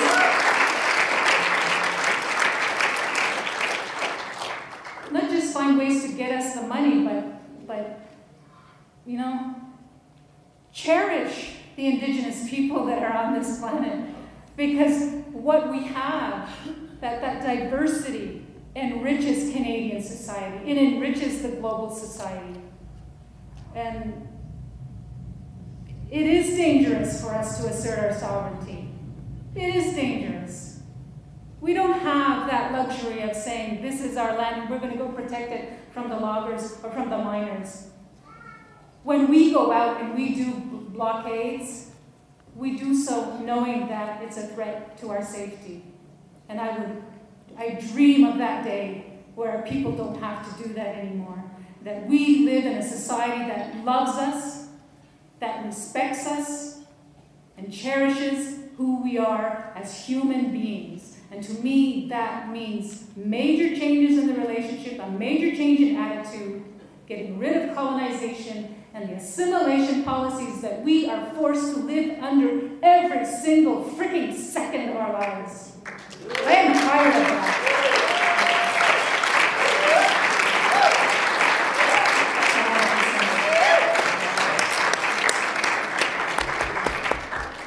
You think Chelsea's hard to follow? You're both really hard to follow. I just want to say that this has been an amazing day. I've been so inspired by so many speakers, and I'm so grateful to the organizers for having created this space. We need more spaces like this. Open spaces where we can do exactly what Ellen and Chelsea have just been talking about, where we can learn together. Where we can learn another history and tell a new kind of story.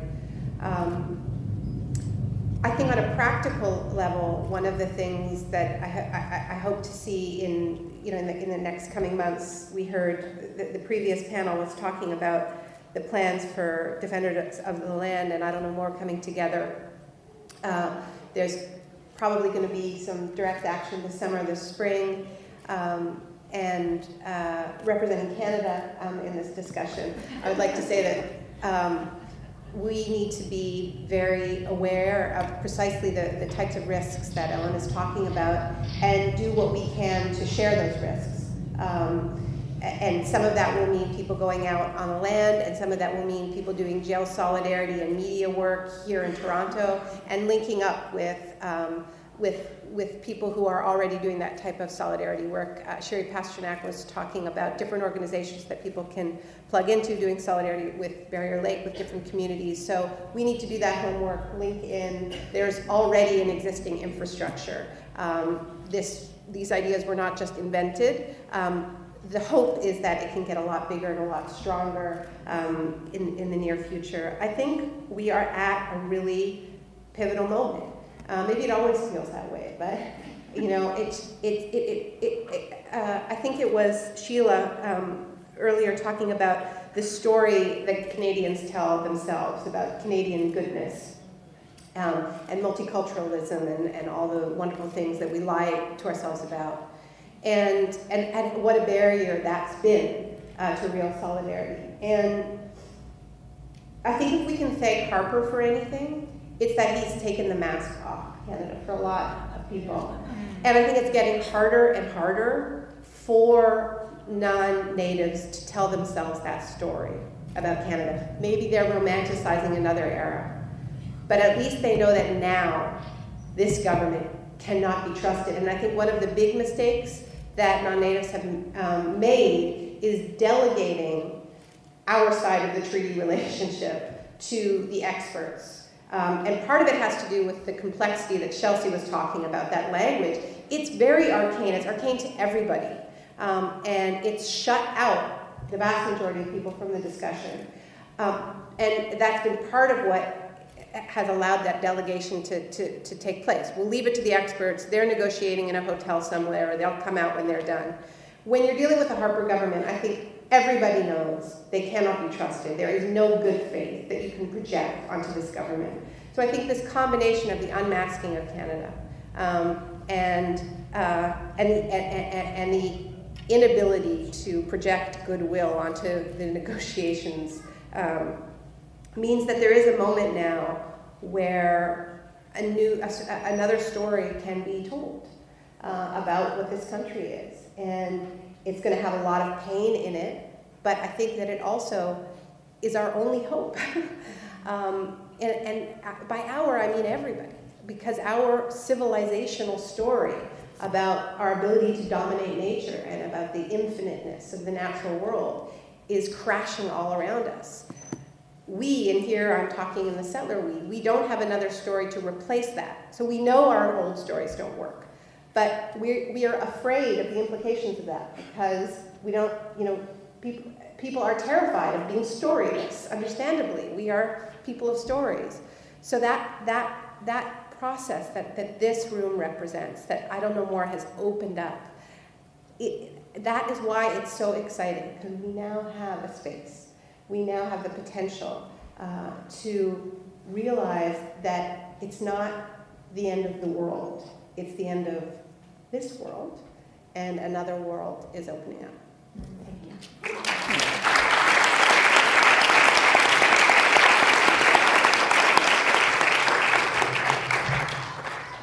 Yeah, I think one of the things that I would like to see in terms of a new relationship is that Indigenous people be recognized as being responsible for Mother Earth. You know, I think one of the things that is clear in the Harper, the conservative-based government, is that through this omnibus bill, he's pulling out of protecting the environment through basically saying, in order to implement his economic goals, they can't afford to protect the environment.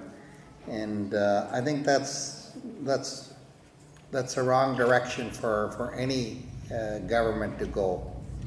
But because the federal government is pulling out of protecting the environment, it leaves a vacancy that Indigenous people can say, we will fill under protecting, you know, our Aboriginal and treaty rights, you know, that there is a strong basis where we fill the vacancies created.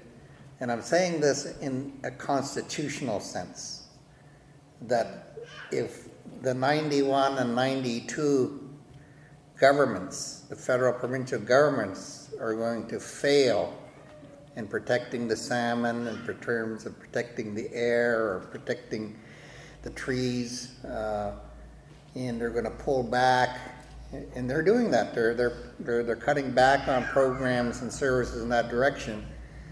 Indigenous people should say that's our responsibility. Then you pull out, we pull in, and that's the way it happens. And I think that's the direction we should be going as Indigenous people. And I think meetings and discussions like that in Toronto is really important. You know, I'm from British Columbia, and one thing is that I know government is made in Ontario or Quebec, one of the two. You know, by the time they quit counting votes at the Manitoba border, you know, we could literally elect the Rhinoceros Party in BC, and it wouldn't make a hell of a lot of difference. You know, probably would do a hell of a lot better than the party that we get. But the thing is that Toronto is very significant in terms of getting this message across to government, you know, and let government know that that this is a serious alternative, and Indigenous people can make those arguments, you know, and we've seen where the courts have backed us up, like in the Haida case, for instance. The Haida case was based upon Gujau and the Haida Nation wanting to protect the last of the 20% of the last old growth forest, you know, and that's what the Supreme Court backed up. So all these environmental cases, serious ones, are actually these title and rights cases that actually emerge from those kinds of discussions. So I'm not talking pie in the sky, you know. We're talking about some very serious issues here, but what you need is the political will. And you're not going to get that political will from Harper. The only way you're going to get that political will is by Indigenous people and Canadians working together to kind of solve that. And it's through frontline actions, I think, that you can get that kind of dialogue. So I would encourage that we keep pushing for those kinds of actions and supporting people, Indigenous people across this country that are struggling to protect their land against the destruction, especially by pipelines and mining companies and tar sands and stuff like that. Keep the strength up. I think that's the direction that will produce a better future for our children in the future. Thank you. Before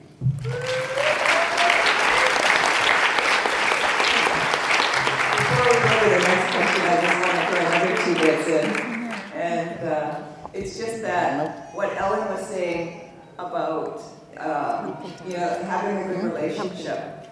It reminded me of, I was reading that Bill Erasmus, the NHS, he went to a tourism summit symposium in Berlin and was selling, you know, where they were selling Canada as Canada the Beautiful.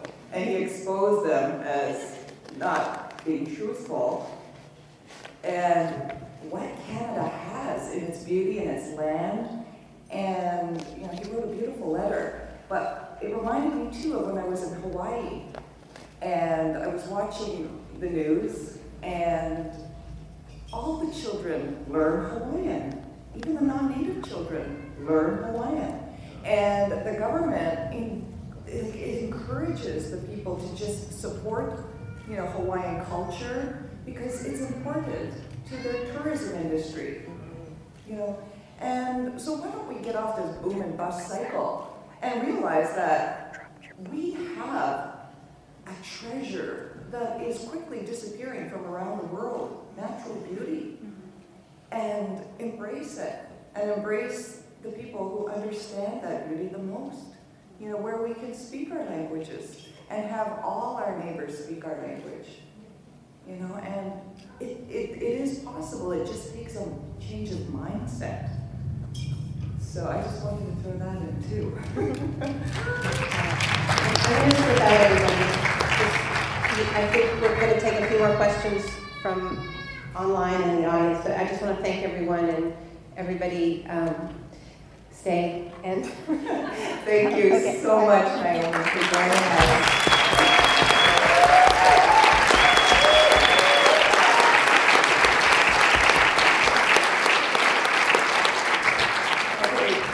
We are going to take questions from the audience. There was one from Facebook, and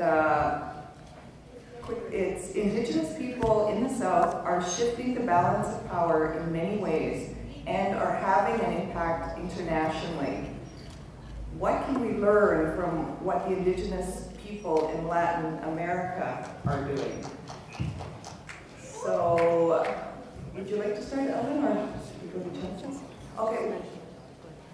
Oh yes, and also before everybody leaves, we're going to have a donation jar that will be going around. So please feel free to be generous. But so we're going to go to Chelsea now. Chelsea, did you hear the question? Yes. Okay, great. Well, there's a real diversity of things that are happening in Latin America. We're talking about huge areas and so many different indigenous nations. So I guess we need to narrow down who we're talking about. There's, for example, we've seen in Bolivia for the first time, you've got a majority country of indigenous people who only recently have had an elected representative that was indigenous. And they've enacted a constitution that respects the environment. Okay? And I think this is really important because if you look at the way that they set it up, they've actually got it so that there are advocates of the environment who speak on behalf of the earth. Whenever there's any sort of development proposed, anything that all has to take into account the impact on the earth. That is absolutely something we could do here. Okay, we have the tools. Okay? I think it can even work within the Canadian system in a limited way. So this is not beyond the realm of possibility. This is not some backward third world nation. This is very sophisticated constitution writing that is founded in Indigenous principles. So it's something I'd like to see here. Now, if you look at what other nations are doing, they're facing a lot of violence and they're trying very hard to protect their land. Canadian companies are implicated in some of the things that are going on right now in Guatemala and elsewhere, where people are being murdered or being forced out of their villages so that those lands can be opened up. Okay? I think it's really important that stand in solidarity with those nations.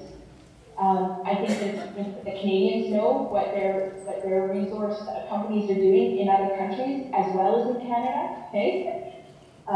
So what we learn from that is basically if nobody knows that this stuff is going on, then people are going to die. And that's not just in Latin America, that's happening here too. You look at all the murdered missing women, you look at all of the kinds of things that we're facing, the poverty, the suicide, the poor health outcomes. When people don't know about it, it's worse because nobody cares, nobody does anything. So shining a spotlight on these things, which is becoming more possible through social media in Latin America and Canada, is super, super important. Excellent. Great, thank you, Chelsea.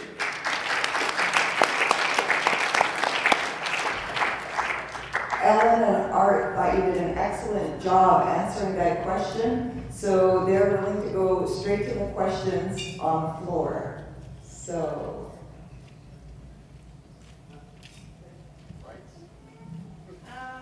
I think Canadians are afraid because they can't really see or picture the Indigenous alternative. And like the occupied, they're looking for an alternate until they understand the constitution of the land. But I think we need to draft those natural laws into language they understand.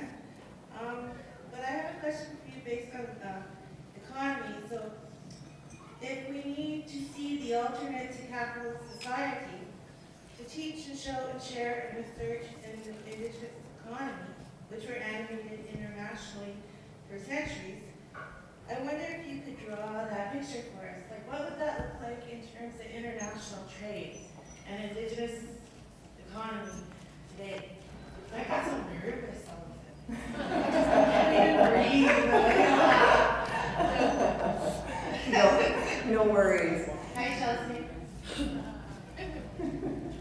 I didn't actually catch it. What would the Indigenous economy look like today, right? Because it's been animated for centuries, but like in terms of international trade, like the boats going off the coast. Like, I think we need to be able to picture what that looks like, to draft those natural laws into constitution and language that can then hold others accountable again, you know, for like Enbridge. No, it's illegal for Enbridge to be here. I think we just need to be able to picture it to eradicate the fear, because the people can't picture an alternate, the Indigenous alternate, right? So I think we need to draw the picture. So I'm asking the panelists, if you could draw a picture of an Indigenous economy, what would that look like internationally? Because we did that for centuries, but today. I think one of the things that definitely you go back to would be the traditional basis of Indigenous law. I think when you recognize the Aboriginal title, a clear aspect of that is an Indigenous law, and to a certain extent you hear right away what the problem is with regard to pipelines, is the devastation that it will cause if there is and there will be, some form of oil leakage. People talk about, you know, any kind of, there's really no real way of repairing the damage that once you have a leak, the kind of destruction that's happening. And some people were talking about the boats that go from your area up there, where they would have to do a right angle turn. You know, there's no question in the minds of the people there that sooner or later one of those boats are actually going to ram the ground, and then you're going to have leakage that's going to destroy a whole area. It's a question of prioritizing, you know, Indigenous-based laws in relationship to that. And there's logic behind it. You know, who said that, oh, gee whiz, just simply because this company has a mining permit, they're going to be losing, you know, $30 billion, that all of a sudden they should be the priority over, you know, the salmon and the fish, you know. There's no, you know, that's the kind of spin the popular media puts on. That's the kind of spin that a lot of us accept. But if you really sit down and talk logically through, you know, what is the Harper, you know, priority list value system in relationship to you know, extracting or transporting these dangerous products, you wouldn't agree with his list, you know. And that's one of the things that Indigenous people have to be able to make very clear, not only to the government, but to the insurance companies that actually insure these pipeline companies, that what mitigating plans have Enbridge really done. You know, they talk grandiose plans about, oh, if there was a leak, we would be there within, you know, within a day or two, you know. Really, you know, that's not true, you know. Like, how much are they really going to put on the table up front in terms of turning over to Indigenous people, you know, enough to actually do something like that? Would be in the billions. It would even make some of these projects prohibitive in the sense that it'll cost them too damn much money, you know. So the thing is that those are the kinds of questions that we need to have a discussion about that more. But I like that. I like what you raised, you know, like how would it look? I think, yeah, we do need to keep dialoguing on this topic. Okay, we're running out of time, so it's up. Do we want to have another question for other people, or do you want to hear from Chelsea about that? Let's see. Okay, let's hear from Chelsea. Okay, I'll be brief on that one. It's a myth that all Native people are totally opposed to development. Okay, I think that it's really important that we understand, because of the diversity of nations that we have, everybody's going to deal with it, the issue of, what's the economy going to look like in different ways.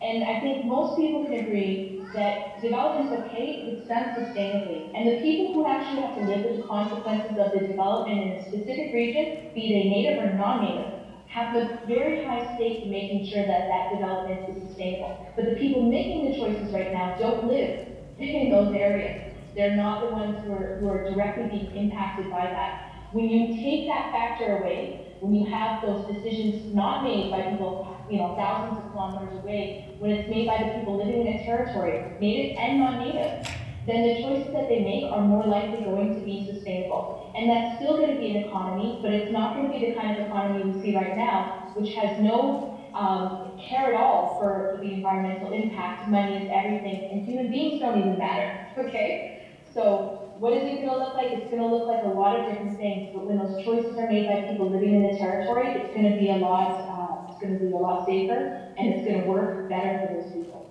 That's my hope.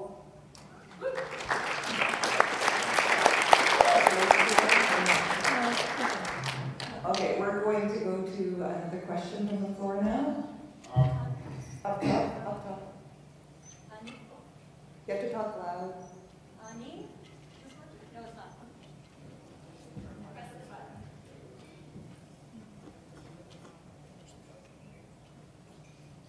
Check. There we go.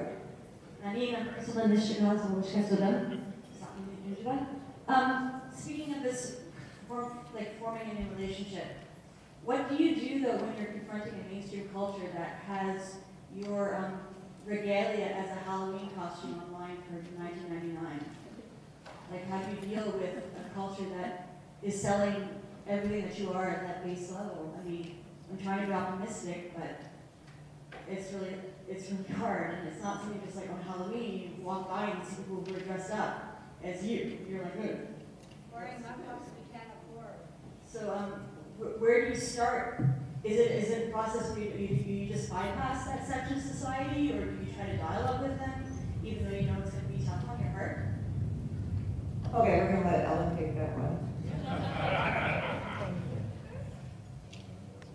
Yeah, I've dealt with it over the years in different ways, but I think, it goes back to the education. And the interesting thing about business or corporations is they're looking at human rights and included, whether it's mining companies or other kind of corporations. And I think that the small business should also be included in what human rights are. And it's really difficult to stop a small producer, because I've seen those costumes that you're talking about, and they are insulting.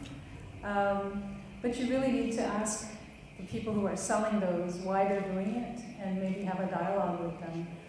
But on a bigger scale, I mean, there should be. I think the reason why that has not been such a focused issue is because we have so many battles to pick and to choose from.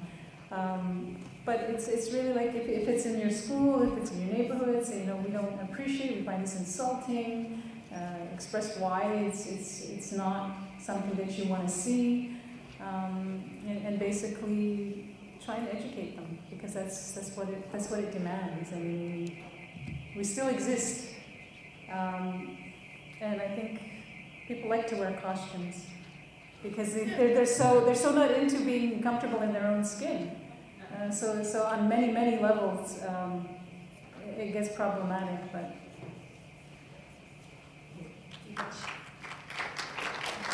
Chelsea, do you want to answer that too? Chelsea? I would just echo that it's really about education. I've had this happen to my own kids in their school, where on Halloween, people dress up in these ridiculously ugly outfits and werewolves in their faces. What do? I storm into the school. I really do. I storm into the school and I talk to the teacher and I say, can we discuss this? And they're painful conversations. They're very painful because they bring up a lot of feelings. Okay? But we have those discussions and we fight for the curriculum to be changed, and we don't let it go. That's all we can do. And I think that when Canadians learn about the actual history of this country, which very much includes us, that sort of thing is going to become less and less common because they're going to understand why we object to it. Okay. Hopefully, it's going to become a thing of the past very soon.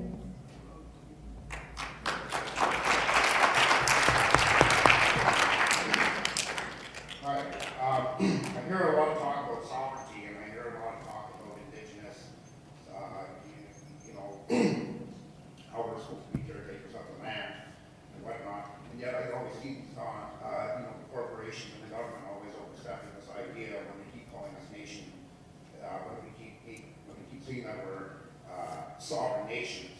So, I mean, I think is why should we have a nation-to-nation alliance with a foreign government who has no interest in restoring anything that they take our culture, they steal our artifacts, they keep us oppressed. So would it not be better for our nations to actually make more nation-to-nation alliances with our own Indigenous nations before we start making negotiations with the foreigners?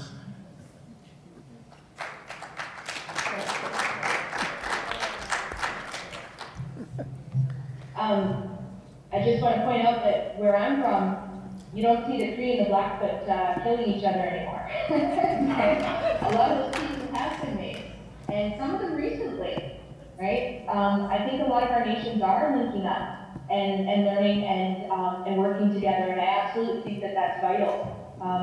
In doing that, we're becoming unified, but we're also respecting the diversity of other nations. Okay, and part of that goes back to those reciprocal obligations that we have. I live in Mohawk territory, so I can't just go around being a little old cremate unique. Okay, there are obligations that I have as a guest in this territory. And I think that when we learn those things and when we respect those things, that makes us all strong. Okay, do we do that before we deal with the Canadians? That'd be awesome. I don't think it's possible because they're not going anywhere. We have to deal with them in some way. I think we can do both of it. I think we can do what you were talking about and deal with Canadians at the same time and build. And the idea of that building a relationship is where it's not going to start out, it's not good right now, it's not going to be good for a while, but it's something that we have to keep working on. I would love to not have to deal with them, but that's not our reality, we have to. Yeah. I think what you're talking about is part of the exercise that we as Indigenous people across this country, and even vis-a-vis with the United people from the American side, in terms of working together. Like just even my own Secwepemc Nation, we're talking about just working together as a nation, and because a lot of division has happened between the north and the southern Secwepemc, and I think also with neighboring nations, we have the Secwepemc Okanagan Confederacy that we're working on. But there's a lot of work. But I agree that there is this really important initial step is your relationship with your neighbors, and that's a discussion that I know is happening, but it doesn't preclude the fact that we also need to deal with government on their business as usual approach that sort of infringes on our rights out there in the territories. Yep. Just want to echo what Hart and Chelsea have said, but I think what we need to look is what is our priorities? What is threatening us the most right now? We don't have the human resources, I think, to do and accomplish some of the things that we would like to ideally do. So what is the biggest threat to our safety and well-being are these developments.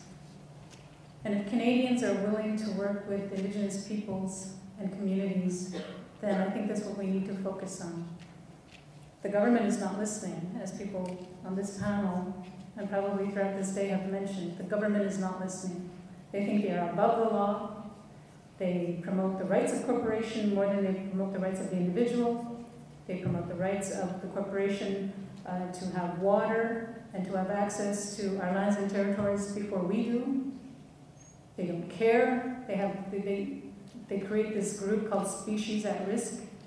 But yet the exact activities that they promote and support are what is endangering those species at risk. So it's really about working with everybody. And as my elders say, we're all human beings. We shouldn't be looking at just labels of you're Anishinaabe, you're EU, I'm Ganikahaga, and etc. And calling people settlers. Because people have been here for many generations. We are the first peoples of this land. Our ancestors were here from time immemorial, as far as we know. And I don't care what the Supreme Court of Canada says. But anybody who wants to work with us as individuals, because as we've said, some of our people are just looking at resource sharing and saying, I want a piece of that. And are they going to share that with the rest of their communities? Probably not. So we've got to be looking at the people who want to do exactly what we've been talking about, and that is protecting the environment, protecting the earth for present and future generations. And we want to look at everybody as a human being. Just because Harper and his cronies don't look at us as being worth as human beings, doesn't mean we need to accept that. And just because the Indian residential school system told us that we were savages and dirty and uneducated, doesn't mean we have to believe that either. Our people are proud. Our people, if we look, in Art and I were both part of that biodiversity negotiations. When you look at the pharmaceutical market and the cosmetic market, there's at least 76% of what's out there that comes from Indigenous knowledge. And that's a lot. And I saw today a story on TV that said there are more people with cell phones in this world than have potable water. What does that say about the global society? It says we have all our priorities mixed up. And so we need to go back to an economy that is sustainable, but an economy that says we're going to take only what we need. We're going to respect the seasons. And when this fruit is available, fine, it's available. We're not going to promote the pesticides, because one of our relations is at risk right now. We have the honeybee, the insects being killed by pesticides. You have forestry companies killing, spraying the trees, contaminating the water, contaminating the moose, the elk, everything. We have to look at this holistically, and we need to look at what our priorities are. And our priorities are, we need to save our existence, because Mother Earth will be here long after human beings are extinct. So we need to get our priorities straight.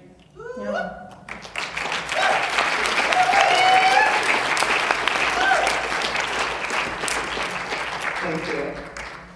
I would like to thank all our guests, Chelsea Vowel, Dr. Manuel, Gabriel, for joining us tonight. And I would also like to thank all the guests who joined us in our audience, and also online by live stream, and that was provided by Mike Barber, the camera. I'd like to thank Toronto, Nation to Nation Now, and Muskrat Magazine for giving us this forum to share our ideas that will bring us into a new phase of Island No More. Thank you. Yeah, thank you. For sharing your stories and your energy with us. Thank you so much for contributing to tonight. And thank you, Chimney Witch. Big thanks, everybody, for coming out. I know it's getting late, but I want to just do one exercise. And if you have a cell phone, I want you to hold it up. If you don't have a cell phone, I want you to just hold up your fist. So we have each of us powerful tools. And this is one powerful tool. And Idle No More has proven that. So the conversation doesn't end here. Let's stay connected with each other.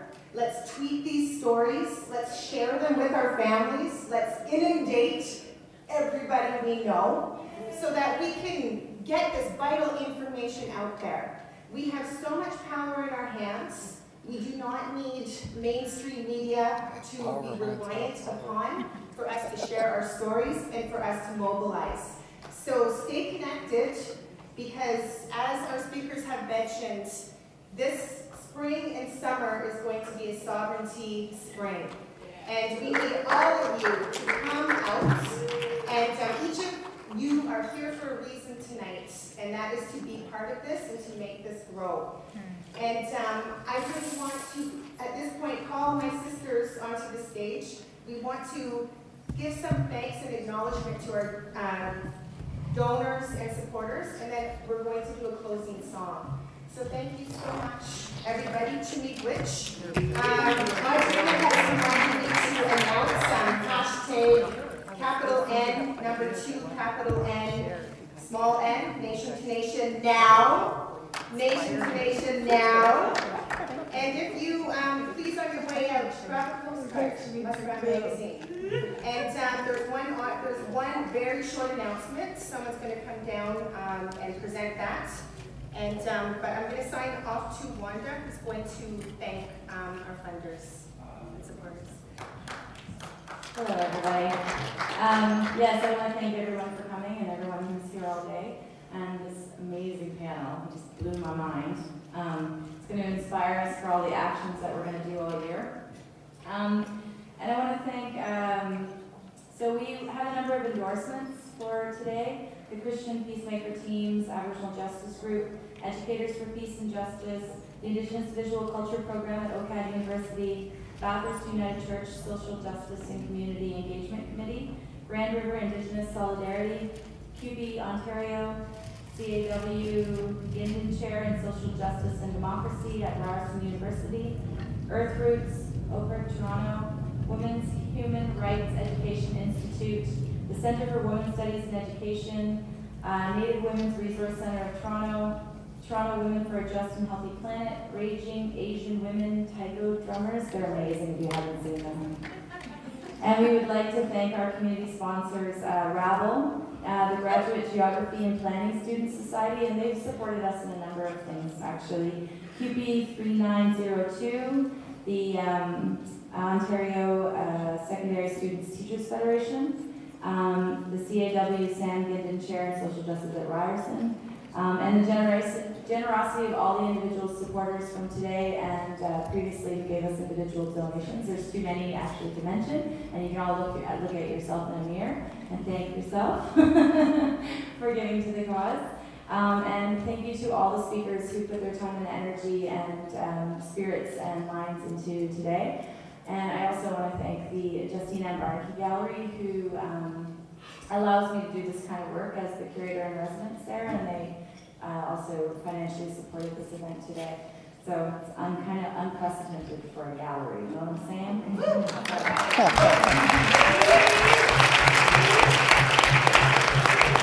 Thanks, Wanda. And last but not least, I want to thank the amazing volunteers who've been with us all day.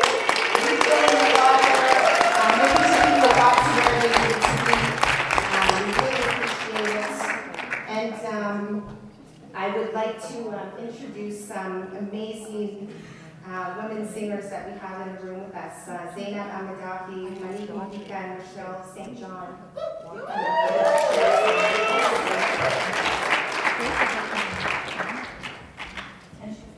For all of you who bought the t-shirts, I want to thank Tanis Nielsen for the gorgeous design. She's kind of our in-house resident artist and does it, you know, just because she loves the movement. And so we really thank you for your artistry and your creativity and everything that you bring to this. And also, for more information on the stuff that we do, go to Idle No More Toronto on our Facebook page. And there are 2 Idle No More Toronto Facebook pages, and ours is the one with the yelling woman, and it says Idle No More, and it's Tanis's daughter, but Yeah, so that's the one that is our group. So please stay in touch with us and please come out to the rest of our events. Thank you. I don't know if I invited folks, but every Tuesday we have teach-ins at Toronto Council Fire from 6 to 8. So please come. I'm speaking in the next one, and check our website for updates.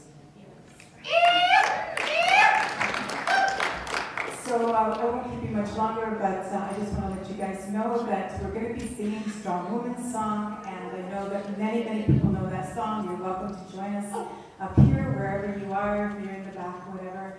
And it's just our way of sending you guys off and your people and your ancestors. Okay, one more announcement. I'm really sorry I didn't hear this. Just a quick announcement. Tomorrow we're doing a solidarity with âpihtawikosisân. On Monday, the blockaders are going to court. There's a $130 million lawsuit against them from De Beers for the blockaders, and the blockaders are actually living on well below the poverty line, and they were just trying to protect their own territory. So tomorrow we're doing a solidarity act. We're giving out flyers to people that are trying to buy diamonds along Yonge Street and possibly in Yorkville as well. That's tomorrow, Yonge and Dundas Square. We're meeting at 12 o'clock and then we're going to go from there. So hope to see you there. Thank you.